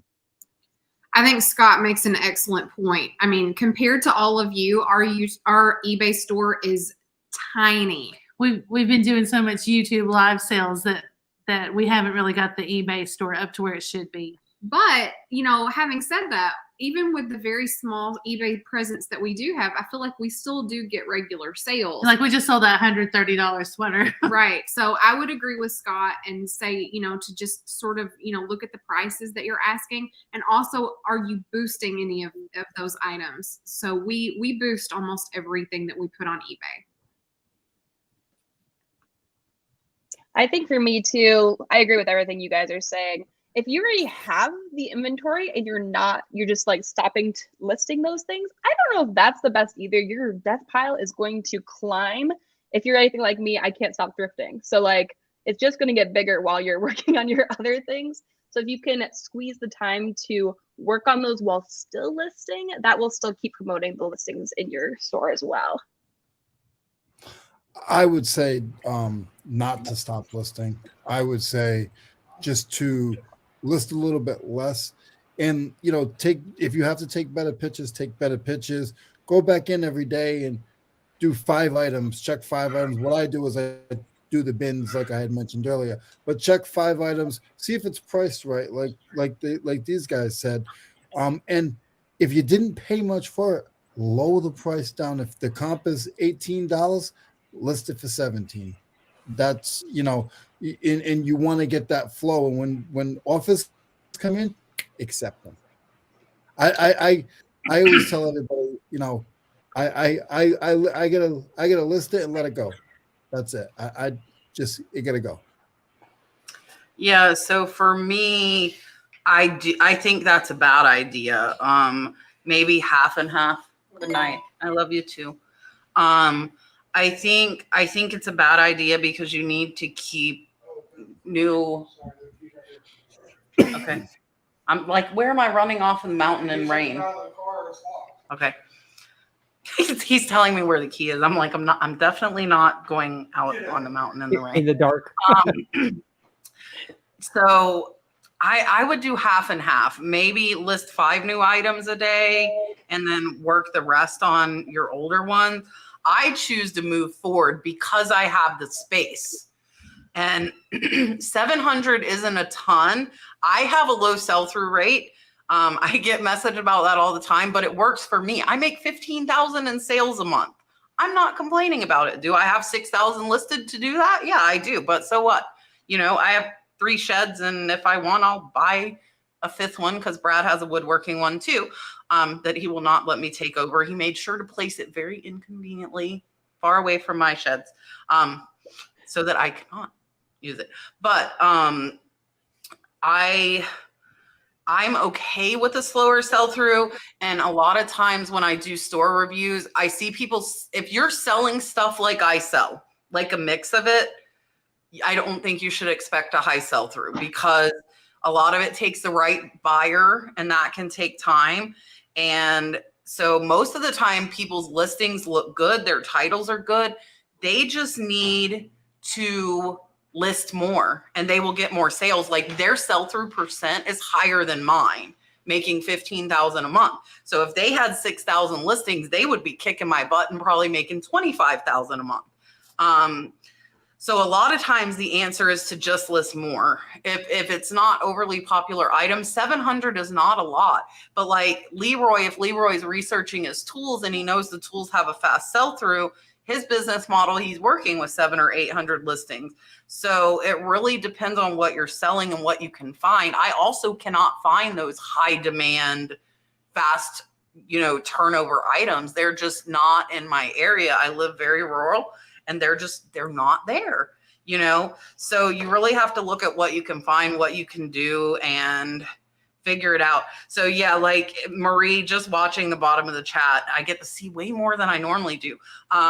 Like Marie's saying she noticed an uptick in a sales when she reached 1,200. So for you, the magic number might be 800. You list 100 more and then you're getting steady sales. You don't know what that number is going to be. Beach Walker, I hope you feel better. I'm sorry. Find your number. I would concentrate half and half. Yes, fix your listings. You need to do that, but keep listing new items. That's just my input. Deanna says, I found a very cool antique that the sales price was 120, but I noticed chips on one of the wings. Should I go ahead and try and sell it? Where you're going to get, I'll tell you right now, from facial expressions, you're going to get different answers from us. Let's go around the Hollywood squares. Well, and I misunderstood the question at first. I was like, if I wouldn't buy it, but it sounds like you already have it. So if you if you already have it, sure, you can sell it. It's just not going to bring anywhere near the price that one that isn't chipped. So I got home with a Radco cookie jar called Joyful of something. I don't know, but it's unchipped or undamaged. It would go for $1,200. And I noticed the lid on mine after it's home, the arm was broken off and glued back on. I'm still going to sell it because the base is good. And we listed it for 500 or best offer, and we'll go from there. But so not going to bring anywhere near what it would have. But yeah, I'm still going to try and get something back out of it. I think I misread the sentence when I saw it originally. It does sound like they already have the piece. So yeah, if you already have it in hand, knock yourself out. Go for it. And George is just saying, expect an instant 50 to 80% devaluation for the damage. I mean, immediately, like. Right. And I would throw out there that I would make an exception to the buying. Cat's like, hey. I would make a tiny exception to the buying things that are chipped rule. I mean, if you're hunting for something and you find like a very rare or a very scarce piece that is a one in a lifetime sort of find, and it has a little bit of damage, I would probably go ahead and buy it if it is truly rare. Now, if it's not, if you've seen more than 5 of them or something on eBay, probably not. But I would throw that out there as well. Yeah, I agree. If you already have it in hand, you might as well make some money on it rather than just take the loss, in my opinion. As long as the chips aren't like the whole wing is falling off and this is now a piece of garbage, like as long as you think that it's still worth it. And if there's maybe even if you can find a comp for something that is similar and has had some damage, I think that would be worthwhile to try to at least get some money back, at least make your money back. Sometimes I don't know on some of the stuff that you guys sell on glass, but on a lot of the things I sell, sometimes it will say for pots or repair. Sometimes you might want to check that. That might be a way that will help you, especially it will help you with eBay. I'll tell you right now, if you had a dispute, eBay is going to side with you because you had put that in. They have for me. I just put it that way. And I also, before I send the item out, if I know there's a defect, I message the person and say, you did realize that this piece has a chip, or the teeth are not sharpened or whatever. And when they message me back, I literally will take a picture and send it back. Once they send me a message, I have an open message with this person.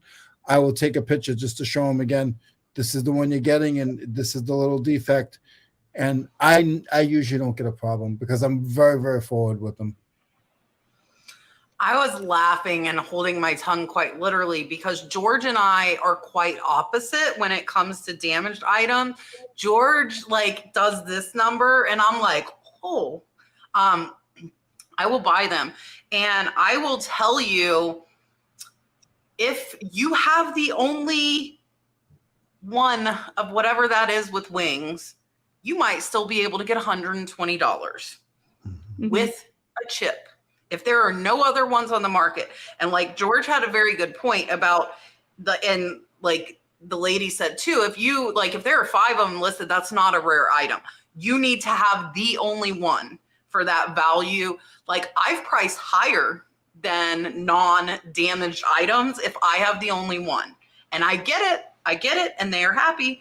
So it's funny because when George and I go sourcing, he'll be like, oh no, it has this. And I'm like, George, give me that. And I will buy them. And George and I have sourced together a few times. So I'm okay with them. I prefer not damaged, but a lot of the stuff I get damaged that I end up researching and selling was in lots and I didn't know it was damaged. So I'm not intentionally buying damage. But if something catches my eye and I noticed it's damaged and I look it up and it's $1,000 and I can get it for $5, I'm going to get it because I can probably get at least $250 for it. That's 75% off, Look, Chris, I was talking about you. I was so talking about you earlier in the story. And there you are. There you are with a $49.99 super chat, Christopher. I buy Chet. Now you have to rewatch show because I was talking about you specifically by name earlier. But I'm glad you're here now. Thank you so much. I greatly, greatly appreciate you. Here is your dolphin.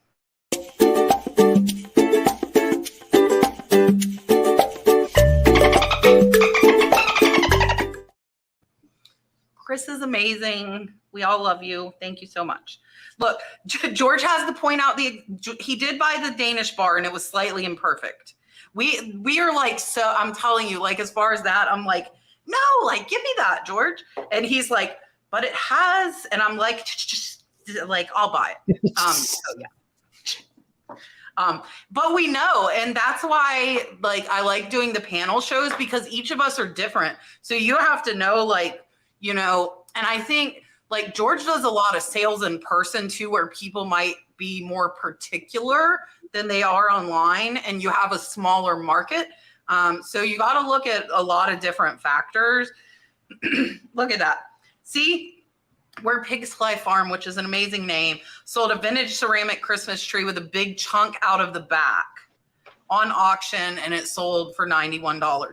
It will still sell. It will still sell, especially if it's a small imperfection and a very rare item. You can still get amazing. You could, not everything. Don't go buying something that there are 20 of them listed. Don't go doing that unless they're 1,000 and you get it for $5. Don't go doing that. But all right, Sugar Vision, thank you so much. $4.99 super chat. Thank you for giving me motivation to list. We are happy to. I know a lot of people, and a lot of people rewatch these. These do have a decent rewatch. People like to watch them while they're listing. So thank you to everybody. We are here every Tuesday, except for this Tuesday. I was late, but it's okay. Look, I'm breaking like all of my rules tonight, all of them in one night. Thank you so much. Here is your dollar.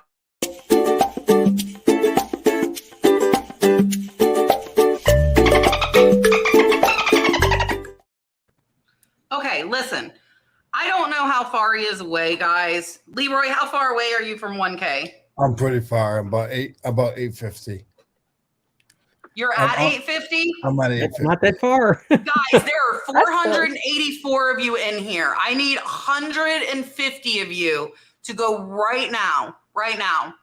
Go subscribe to Leroy. Let's get him to there. I only need less than half of you.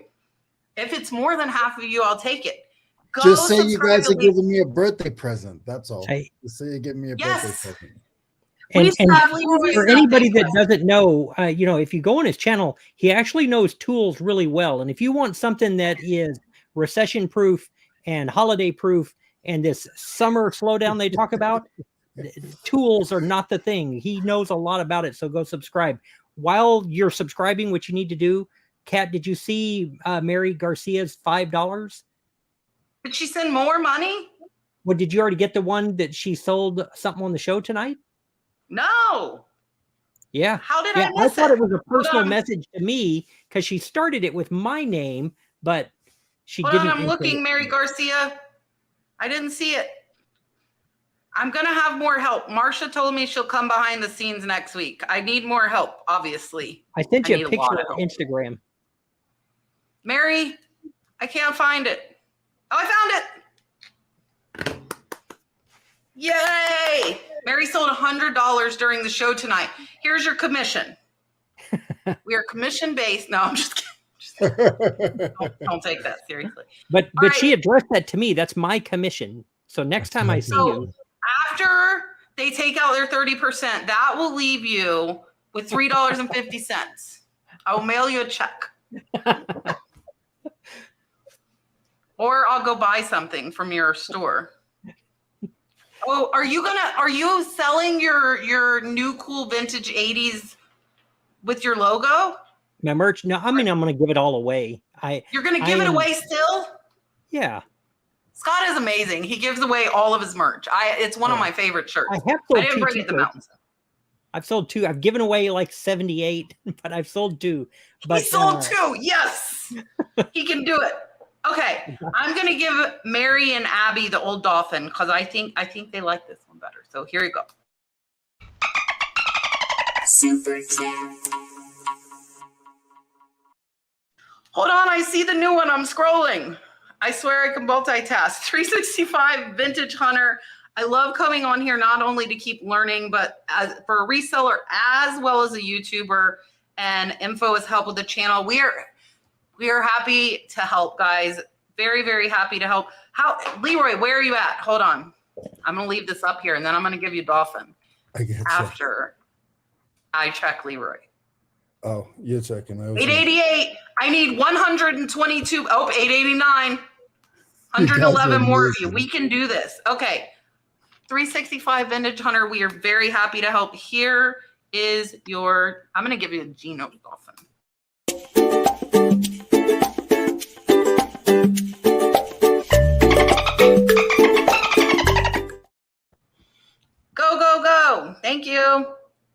I'm screaming. I probably just woke up the whole cabin. It like echoes in here so bad.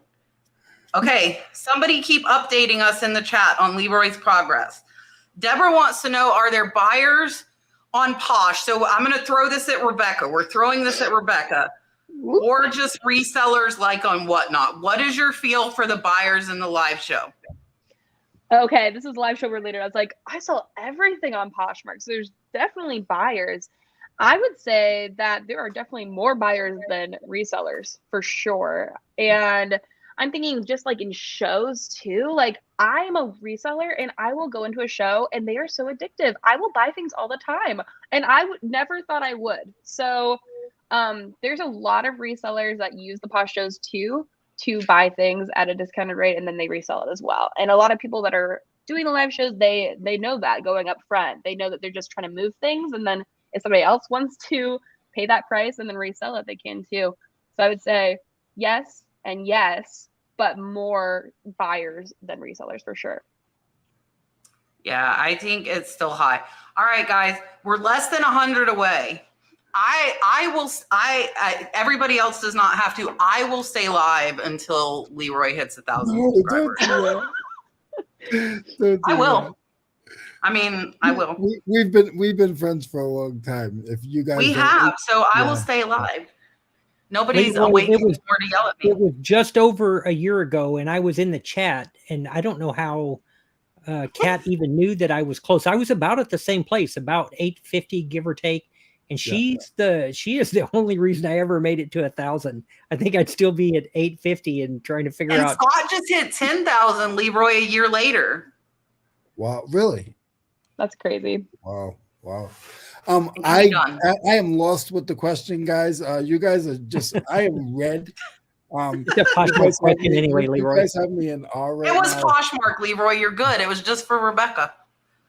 I'm leaving that one up there, though. I'm going to keep putting it up there. All right.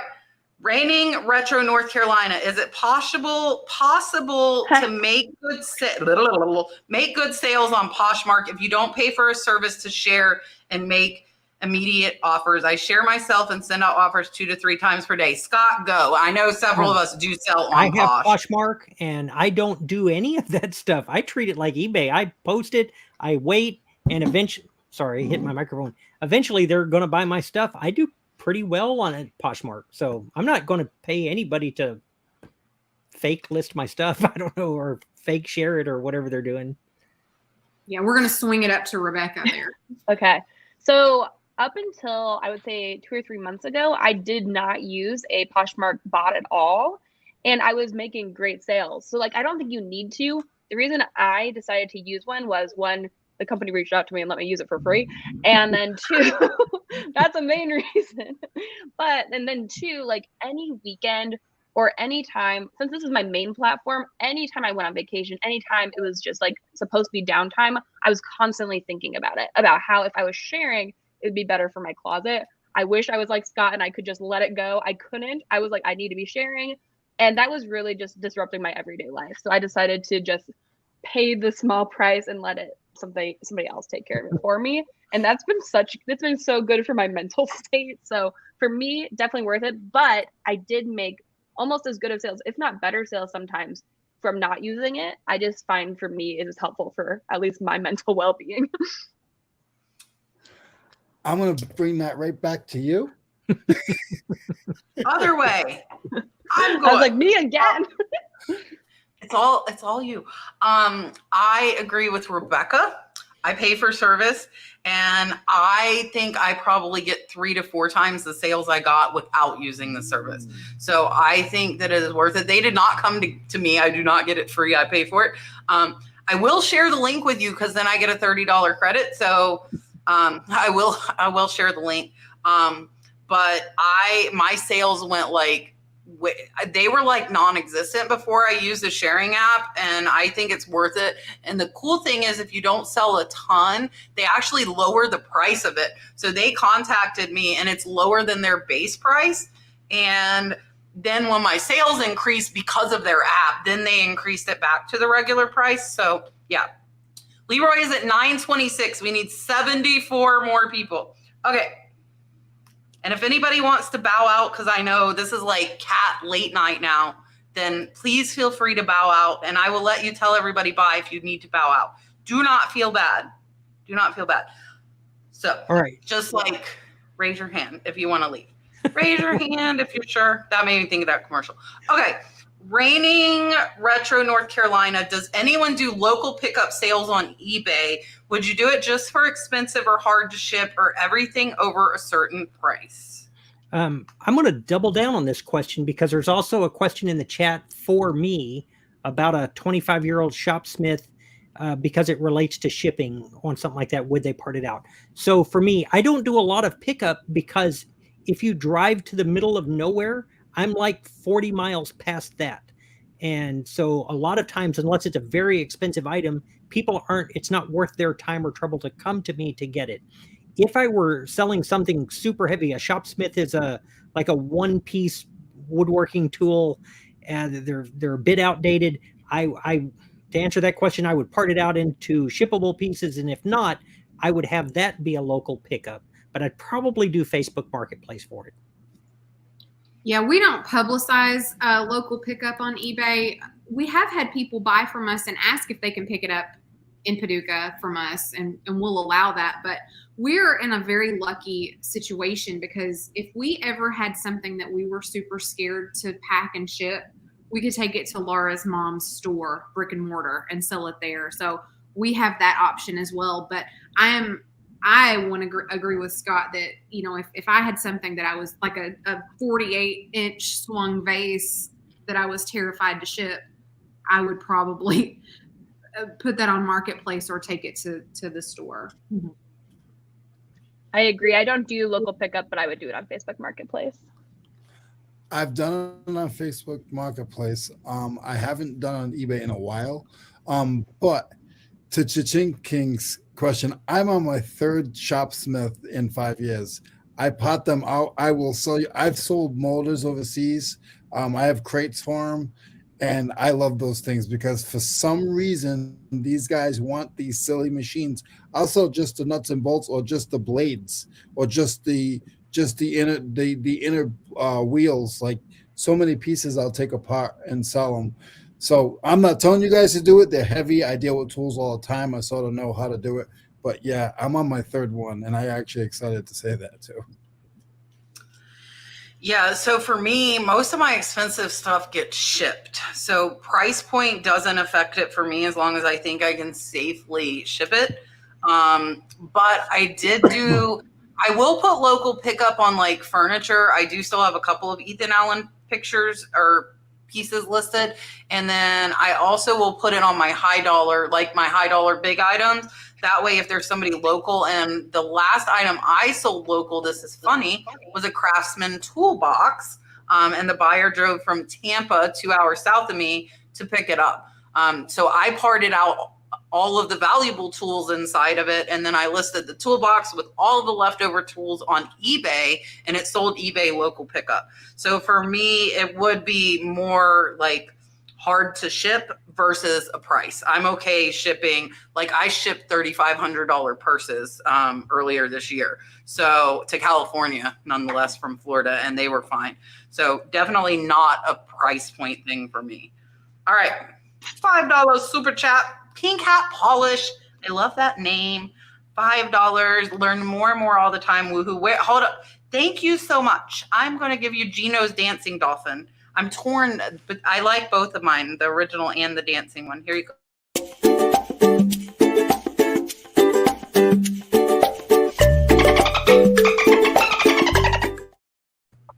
I need 66 more people. There are 445 of you here. Please. You guys don't have to. Yeah, you do have to. I say so. Please. Okay. Let's see what's next. Thank you, Pink Hat Polish, again. I appreciate you. Oh, I like that. I'm new to eBay and have 80 listed with lots of views and watchers. Should I be offering offers or discounts as no one is making me offers? I do have, so best offer is turned on all listing but they are not getting offers. So what do you recommend, Mr. Scott? Absolutely, I send out offers. I'm not a collector. I want everything in this house sold.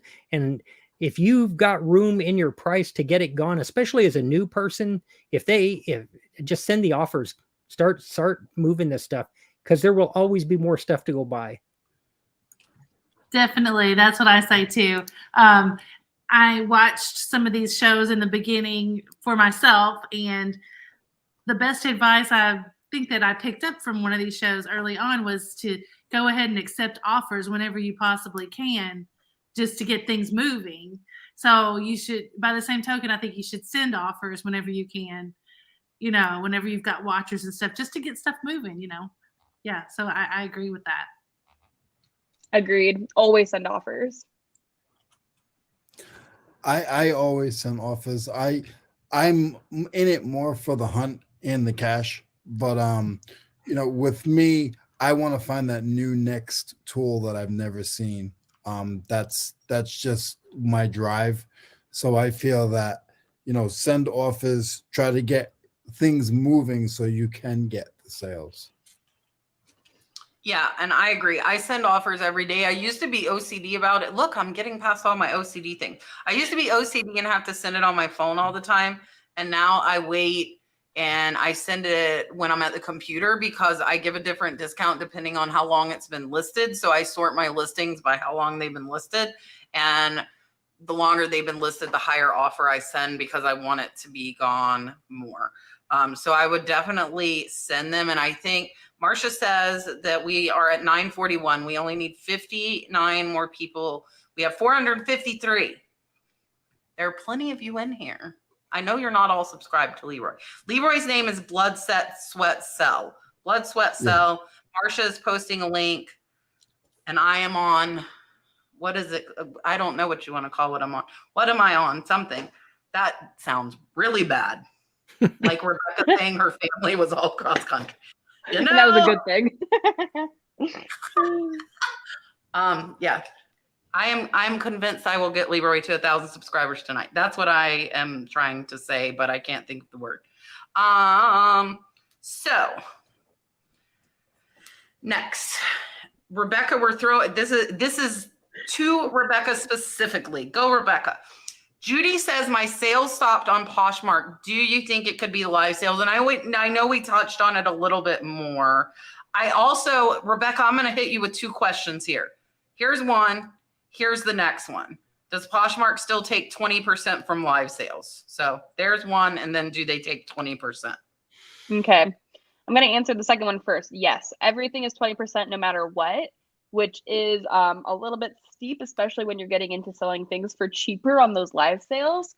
But I do have to say, when you do live sales, they don't have a way to bundle things yet. So if somebody's buying more than one item after the show, you have to go through and delete everything that you've sold and cancel those sales and then put them all together for a bundle.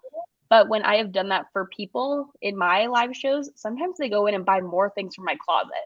So like, I know they're taking 20% of those lower price items, but I've sold a lot of things from my regular closet in a bundle with things from the live sale as well. But yeah, 20% for sure. My sales almost stopped on Poshmark. So yeah, for sure. I do definitely think that the live sales are playing a role. I know that Kat was saying that her sales have increased or have been at least steady since the live shows, but I only know, yes. I want to interject because I want to ask you too. Are the live sales almost all clothing? Yes. Okay, so I sell almost all not clothing on Poshmark. That would make sense then. They've been doing more and more like silent auctions for jewelry lately, which I think have not been going super great.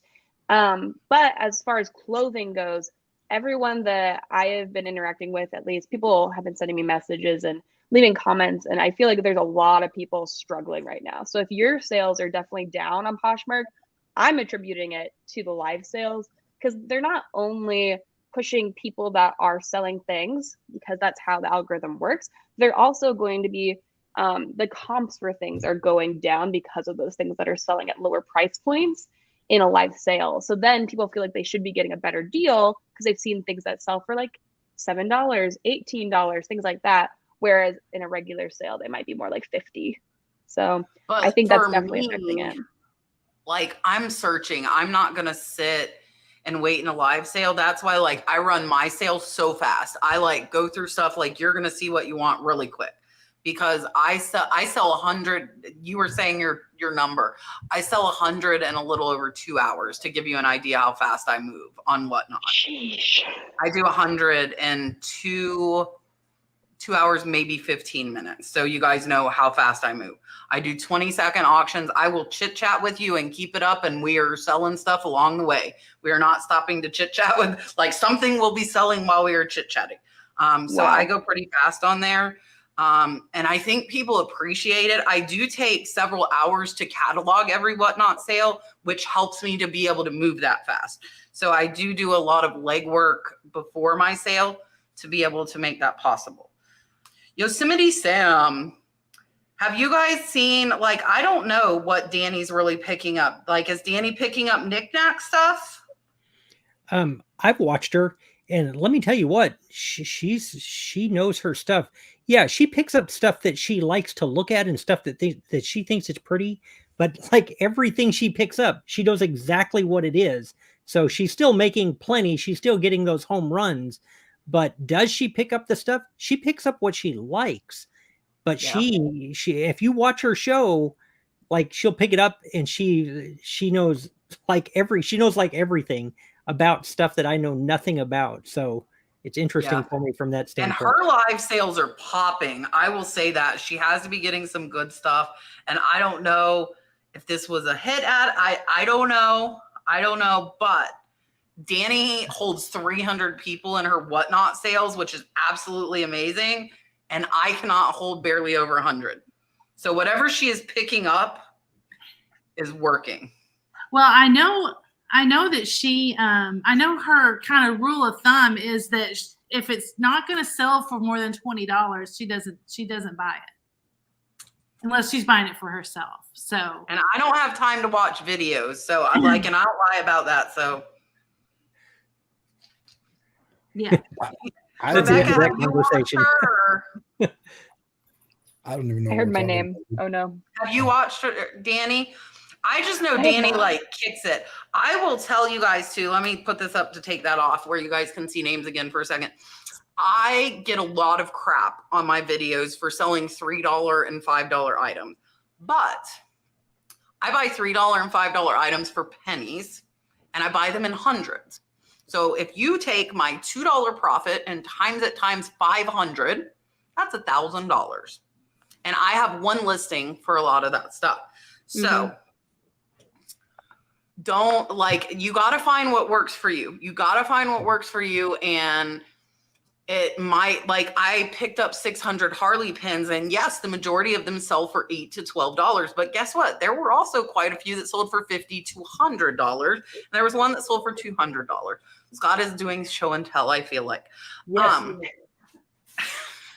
So, and even if you get the stuff cheap, and I ran into this also a week ago, don't lower the market value. Oh yeah, Scott has a good story with these. Scott, tell them about these packs. I make about $1 a piece. I sell them 5 for $6.99 plus shipping.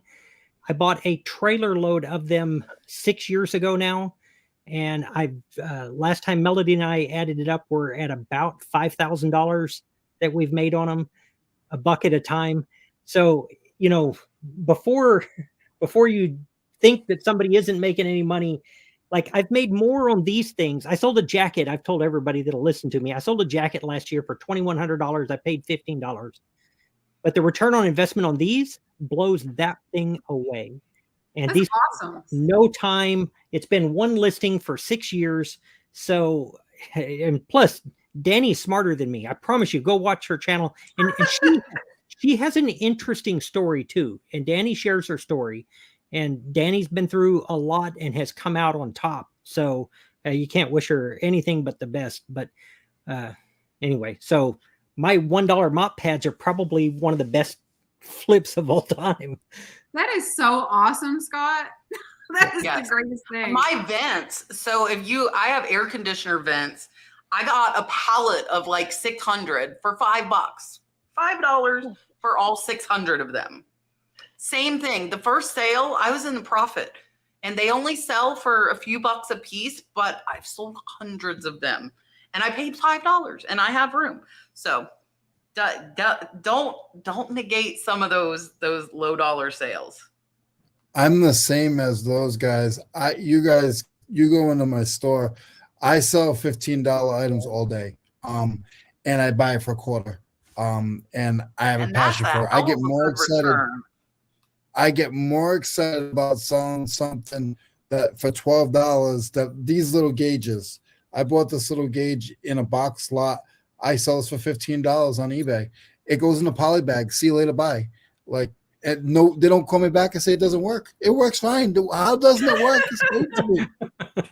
Yeah, I'm the same way. And like what sold, like I don't fake the like I'm happy I sold the $3 thing I paid a penny for. I'm not lying. Like, and like Leroy said, it's a crochet book and it's not going to be broke, and I'm going to throw it in poly mailer and off it goes.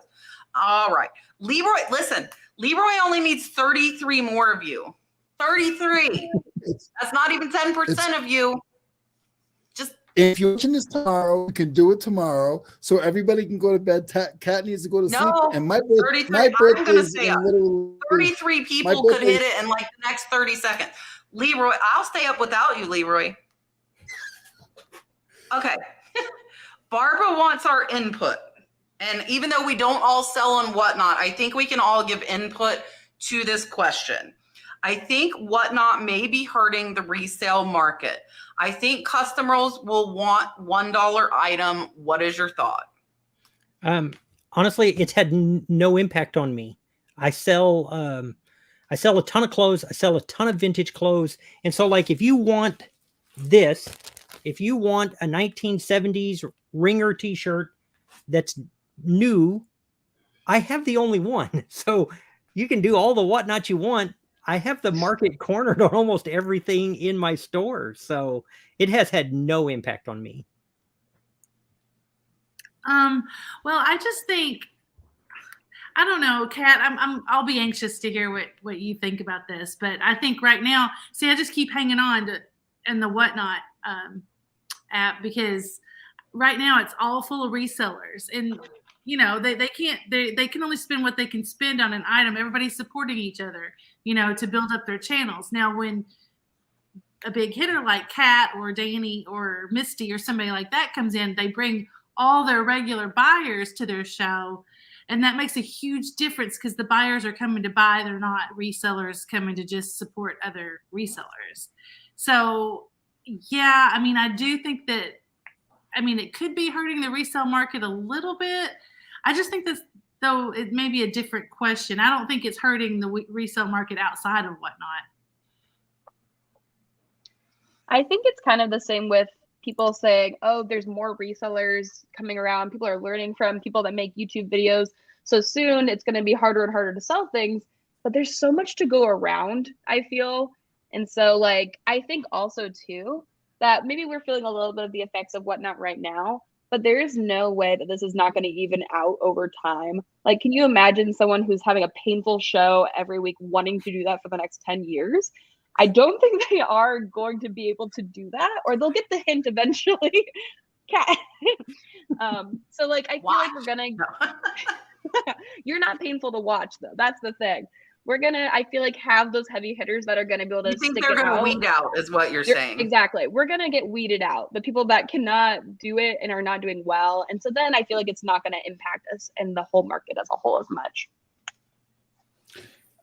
I again, I don't do Whatnot, but I do feel that, like, if you whatever you selling, whatever platform you're selling, the passion that, like, I'm showing right now and the passion that we're all showing, just show some passion in what you do. If you know you can make it to 2-day shipping instead of 3 or 4-day shipping, do the 2-day shipping. Those little things, the things that are going to help you sell.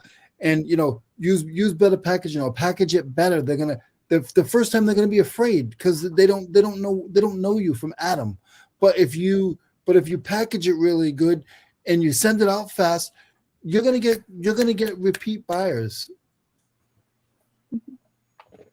So I'm going to say this, and it's funny because Gail said that, and I know a lot of you do buy from me on Whatnot, but I don't feel that I have a community of buyers. I have a community of sellers because I teach people how to resell. So I don't do a ton of sourcing videos, maybe on like my catch treasure hunting. And it's funny because I have a lot of subscribers who have no idea who I am over here. They have no clue who I am. And they're watching for sourcing. But again, people do want to come. They do want to support me, and I do appreciate it. Am I getting as much as I would if I put it on eBay? A lot of times, no, I'm not. But I told you guys, I noticed the difference when I bring costume versus when I bring sterling. So the quality of the item I am bringing directly correlates to how much I am selling. So that's why I said after I go through the 30 boxes that are on my porch, I'm going to have to make a decision. Do I want to only do that? Because I like a lot of other stuff. So I don't know that I will, but my thought is I will do one only sterling silver sale a week. And I am doing one on Thursday, by the way. That is already scheduled. It will be all sterling. So that way I can reach my goals, my sales goals for Whatnot by doing one only sterling sale, because I know I start my sterling. So when you're saying dollar items and messing up the reselling community, start your prices higher. My sterling that I handpicked, I started at $10 a piece. Did some of them sell for 10 a piece? Yeah, they did, but they did all sell. Some of them, $10 did not cover my cost, I will tell you, if I handpicked them. Some of them, like I said, my ring I paid $19 for, just to give an example. So if they were heavier, then I paid more than $10. But I was happy and felt it would even out. So I want to again, and it's funny because she watches me. Sanford and Son is a jewelry seller. Okay. I talk about her all the time, and I never knew she was a viewer of mine. She is not in social media at all, and she kicks my butt in sales. So that tells me, at least in my jewelry category, the buyers are there. Because she plays I don't know her name on here. She plays a claw game, and she has her jewelry separated by color. So there's blue and green and yellow and purple, and you bid, and her claws is her hand, go for almost $80 every single time. And she is buying from auction, and she's putting them in, but that is a fun game. And she grabs the giant handful, and then she shows you what's in the handful. So I think you need to think outside the box too. I've been thinking of maybe some ways to do that. They're like, come on, get Kat to shut up and get off the air. 15 more to get Leroy to 1,000, guys. So I think if you don't have that big following, if you don't have the buyers, playing a game or doing something like that gets your audience more interactive, look at it go. They really want me to shut up, don't they? Then you build that. So I have, like I said, she's probably making more than me in sales, and she has no social media following. She only has built up on Whatnot. So it can be done. But the problem with bigger items, and that's why I keep telling Tiffany Thrifting Vegas to buy small, and I recommend it to anybody on Whatnot, they haven't figured out calculated shipping yet. So the cost for a 2-pound item is at the highest it could be. And the cost for a 3-pound item is the highest it could be. So even my jewelry lots, I keep them 2 pounds and under because I know the shipping is high. And I believe Whatnot is working on fixing that, so we can get some lower rates on the heavier items. But right now, it can be done, but I think it's hard, and I think you need to start them where you want. And I will tell you, ladies, and I told Marsha, because Marsha Red Cardinal Treasures is in the process of trying to gain a following, and it is hard, and I'm seeing her struggle, and I watch her, and I can't imagine. That's why I don't push selling on it, because I know my situation is completely different from most people's, right? I have my following. I brought it with me. You know, I'm sure like Rebekah knows, like for her Poshmark sales, you know, us compared to somebody who doesn't have that following, it's $9.92. 8 more and Kat will shut up. Not really. We'll answer a few more questions. Filibuster. What is that? I need the definition. Put it back. Shut up, Kat. Tick, tick, tick. Listen, buddy. Okay, I'm shutting up. We're going to the next question. We only need 6 more. Rebekah, take it away for Miss Bridget. Do you know oh my gravy, Scott, now you messed me all up. When are they going to open up Posh sales to the general public? We can't hear you. I think you're muted. She's like, Kat was talking so long, I'm muting myself. No, I had to take a drink. So it's not open to the live, like to the public yet. If you've already been accepted as a Poshmark live seller, which is very few of us, then they make you go through like a whatnot kind of like training as well, where you learn how to set those things up. Very confusing still, but for those of you who are curious, if you are able to do a Posh show, you have to go to my closet. And then, will it help if I even show this? Whoa. Go to your closet, and then up at the top, you have a little like Sherry button. And then as one of these options, it's my Posh shows. So then you can start a Posh show right there. But I mean, it's very non-intuitive. So that's how you create one. If you can create one, that's where it'll be. Okay. All right. Just because Scott put that and I want to talk some more. Did I ever get my vehicles fixed? No, neither one of them are fixed. The truck is at the dealership in Mount Dora from our last vacation. The car still has a bent rim and we are just watching the air level, and we're going to try and get it fixed when we get home, but it's leaking very, very slowly. We only had to fill it up once the 5 days we were here. So I think we're safe to get it home. And the tire place said we would be safe to just keep filling it up. So they are not, neither one of them are fixed. Sue wants to know if she read right that you can promote on Whatnot to get moved to the top of the category. I don't know if they have enacted that. I know myself and Fatbird Finds are. Rebekah, have you done Whatnot too? I have. Mm-hmm. Does anybody know if they have made it live? I have read there is talk of promoting to get to the top. But they're like, I know. I don't know if they've enacted it. I don't know if they've enacted it yet. Rose wants to know, we're going to do 2 more questions, this one and one more, because it's 11 p.m. and I've kept these people long enough, and you people too, even though there's 440 of you still hanging out with us. So thank you. Rose, I haven't even had soda tonight, so I don't know what's wrong with me. Rose said, when, if ever, do you offer a partial refund? It's breaking up, and I don't know if it's just me, so I'm not sure if everybody can hear me. It's rare that I do a partial. You can? Okay. It's rare that I would do a partial refund. It would have to be something that I knew I missed it, or it's very obvious that there's not just somebody fishing for it. Normally, what I want them to do is you send it back to me, and then I'll give you all of your money back. A partial refund, it would have to be something really clearly that I just missed. We have a good example of that. So in this instance, we had found a super scarce and Polly pink genie bottle. Very hard to find. I think at the time there were 0 listed on eBay, and I don't think there have been any or many listed since. But we did sell the genie bottle. It arrived. The buyer let us know that there was an internal crack in the stopper. I was mortified because I hadn't seen it. I asked her to send me pictures, was the box okay? And, she was very nice. And I apologized profusely. I was like, look, you can either send that back to me for a full refund, or I can give you a partial refund.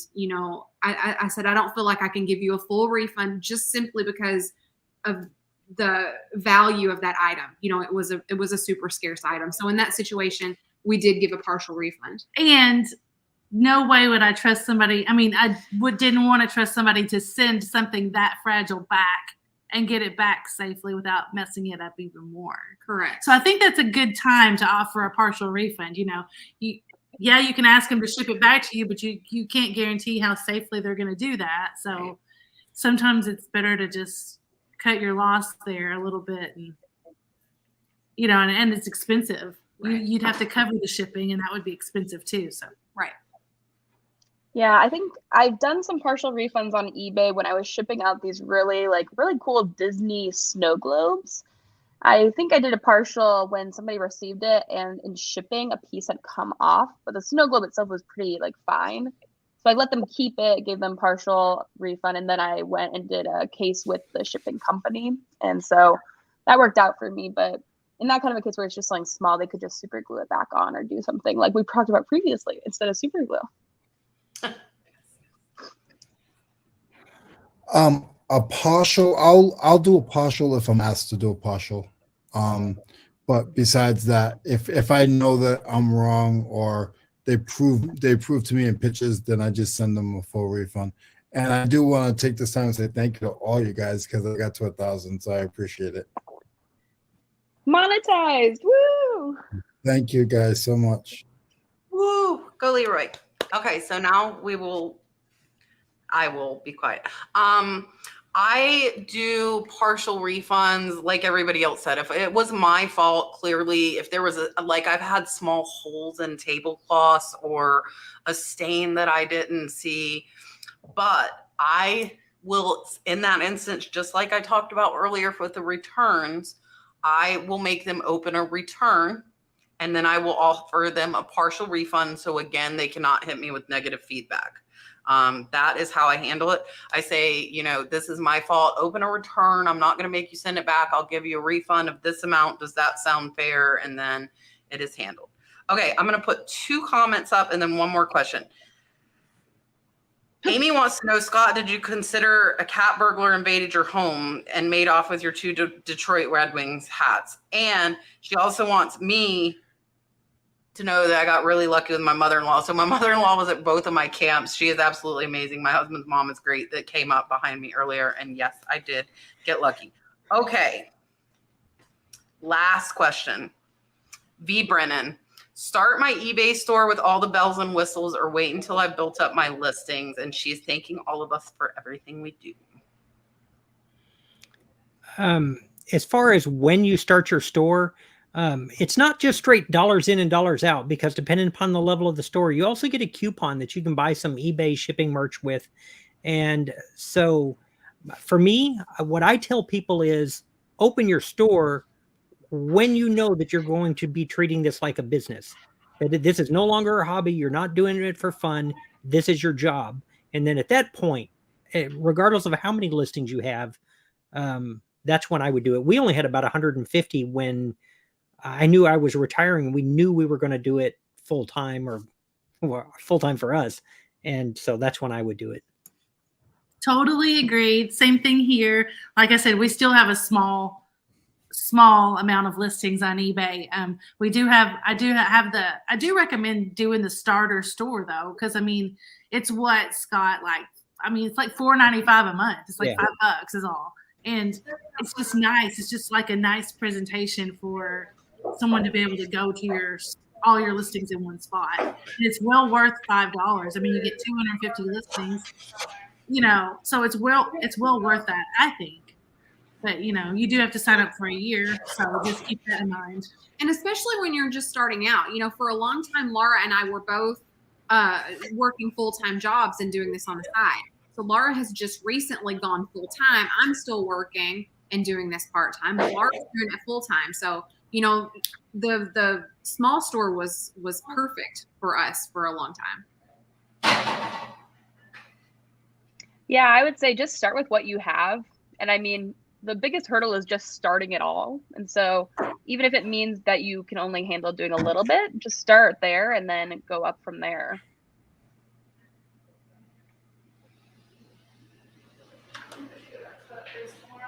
Is Leroy frozen? Leroy, are you frozen? Is he frozen with the 1,000 subscribers? Leroy, Just come knocked back. him out. He got so excited he froze. And now he ran away. He He'll got be what he back. wanted and he left. So a big wind just shook like the whole cabin. That's why my eyes got big. Like the whole cabin creaked and the wind is blowing the sign off the cabin outside. I can see. It's like legit. Oh, thanks. Brooke says it'll hit my car, not hers, because my car's parked closest to the sign. I tell people I would wait. I would wait until you get to 250 and you have to pay for the extra insertion fees, but you do get all the other benefits, everybody. So it's really a personal decision. I don't know that one way or the other is best. How does Leroy hit 1,000, freeze, and run away? It's his birthday tomorrow too. So this is like a perfect birthday present for Leroy. I hope he comes back. He like ran away. Leroy, come back if you can see. We probably killed his like laptop or something because I stayed live too. Oh, there he is. I'm talking about him. I wish we could put you. Is there a different? What's this gonna do? Why is this not working? Whoa! I want to put Leroy. Leroy's the birthday boy. What am I Leroy, doing? happy birthday! You have Thank 1,000 you. subscribers. Woo! Thank you guys so much. I really appreciate it. I don't know what to All right. say. I'm Let me obsessed. take this off. So I'm gonna make you big first, Leroy. I'm gonna give you full screen. We'll be done with the questions. We will be live next Tuesday at 8. I will not be in the mountains anymore. Let me make Leroy big. Now you gotta figure out what to say, Leroy, real quick. Here you go. Okay. Thank you guys so much. I really appreciate it. You guys don't know how much this means to me. I only do lives pretty much on that channel. I am with another group, Reseller Information Network, and I do stuff on that channel weekly. So try to check us out there. And tomorrow I will be doing about an hour and a half live on my channel that you guys will help me get to 1,000 for my birthday. And Kat, you know, I don't know what to say. You already know. So thank you guys so much and everybody on the panel. And You're very welcome. If anybody has questions about tools, I'm not saying I can answer 700 questions at once, but I do not mind trying to help anybody. Hit me up on Instagram. It's Blood Sweat Cell on Instagram. And back to the rest of the panel. All right, ladies, you're up. Fatbird Finds. Yay. So if you missed us earlier, I'm Marybeth. And I'm Laura. And we're Fatbird Finds. We are primarily on YouTube, Fatbird Finds. We're also on Facebook and Instagram if you want to find us there. That's right. If you're in the Western Kentucky area, we are in Paducah, which is on I-24 in Western Kentucky. And it's a fun trip if you want to come and go to Layman's. That's brick and mortar. And there's lots of cool little shops and things like that. So that's always a lot of fun. Did you say the name of your store? Layman's. Layman's, Mhm. yeah. So also we put out weekly content and we also do a live show on YouTube on Friday nights at 9 p.m. Central called Flippin' and Sippin', where we just have a drink and have some fun and sell a few items. Most recently, we're also doing a podcast, which comes out on Saturdays. That is a video podcast on YouTube, and it's also on all of your favorite podcasting apps. This Friday night is actually our last Flippin' and Sippin' for the year. We're actually going to be taking some time off in December, and I just want to thank everybody tonight who has subscribed to our channel. We've gotten a lot of you guys. We really appreciate it. And Kat, thank you so much for having us. As always, we just really enjoy being here. Thanks, everybody. It was really fun. Perfect. Here's Miss Rebekah. So hi guys, if you did not see the beginning, my name is Rebekah Allison, and I am a reseller, mostly clothing. So I know a lot of people were talking in the chat about wanting to learn clothing. So my channel, that's the majority of what I do. I sell on Poshmark and then some on eBay and Mercari, but I do 3 videos a week on my YouTube, and we're getting close to 10,000 subscribers. So I'm super excited about that. But if you guys are interested in learning more about clothing, I forgot. reselling, I was gonna say that.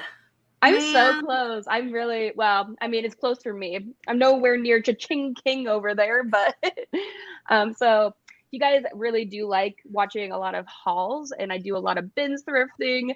I like to buy things cheap like Cat and then try to resell it for more. So I'd love to see you guys over on my channel. And I also sell on Poshmark as well, but everything for all my socials is just my name, Rebekah Allison. Perfect. Scott, you're last because you called me a name. I'm Scott, the Cha-Ching King, and My channel is a whole lot of it on YouTube is me just trying to create videos to walk people through the eBay platform and how we sell. I do some thrifting videos and some storage lockers and things like that. But here's what I've got going on right now. I hope he's still in the chat. I am sending a mystery box to Sunny Las Vegas, won it. And so here, he knows, he said he wants to learn. So here's some of what I included. I took a picture, but we'll see. I know some of you will know the brands. There is at least one piece of Liberty of London. There's equestrian boots. There is a rug in there from the mid 1900s, early 1940s or so that has cats on it. So when he opens this mystery box, he's going to have help. It's 35 pounds of super cool stuff. So I'm excited about that. That's okay. I'm done talking. I was trying to make it back to the regular layout before we all came on screen. I didn't know it would change it like right that second. Mark pointed out I'm not even supposed to be here. Well, we love him though. But I did make him go last because he was making fun of me. But it's all joking. And like, don't take us serious. I've gotten some comments like people think like it's serious. It's not serious, I promise. Like Scott, wrong way. That's Leroy. Scott was a speaker with me at one of my in-person camps. I love him. He is amazing. Thank you guys again for getting Leroy to 1,000 subscribers. Look, we did it for Scott a year ago, so maybe Leroy will be here in a year with 10,000 subs. And yeah, let me see who's going to be on next week. Who is on with me next week? Richard Otnip Drop Flips will be co-hosting with me next week. Cece Fab Flip Lady, I think she was in here. And Punching and Picking, who I met in person at the Prison to Profit convention, will also be on. So some new people for you guys. I'm trying to bring some more new people on. Yeah, my next sale on Whatnot is Thursday, all sterling again. Some $5 starts on these, but mostly it will be 10 as well because I did pay up for them. Beautiful sterling rings, absolutely amazing, and a lot of bigger sizes, which I know everybody's been wanting. So, and I will have a what sold from everything that sold while I'm here in Tennessee on Friday because I didn't do it yesterday. I will do it Friday for the whole 5 days that I was gone. You will see eBay, Poshmark, Mercari, and Etsy. And I appreciate you guys coming. Thank you again for subscribing to subscribe to Rebekah, subscribe to them all. I meant to point out Rebekah was close to 10K and I got distracted by, listen, I think there are trees falling like outside of the cabin because there's like snapping. And there's like floor to ceiling windows. There's no trees taller than the cabin though, luckily. So they're falling like down the mountain, but they're cracking. Anyways, thank you for coming. Thank you to all my mods. I appreciate you. And we will see you guys next Tuesday. Bye guys.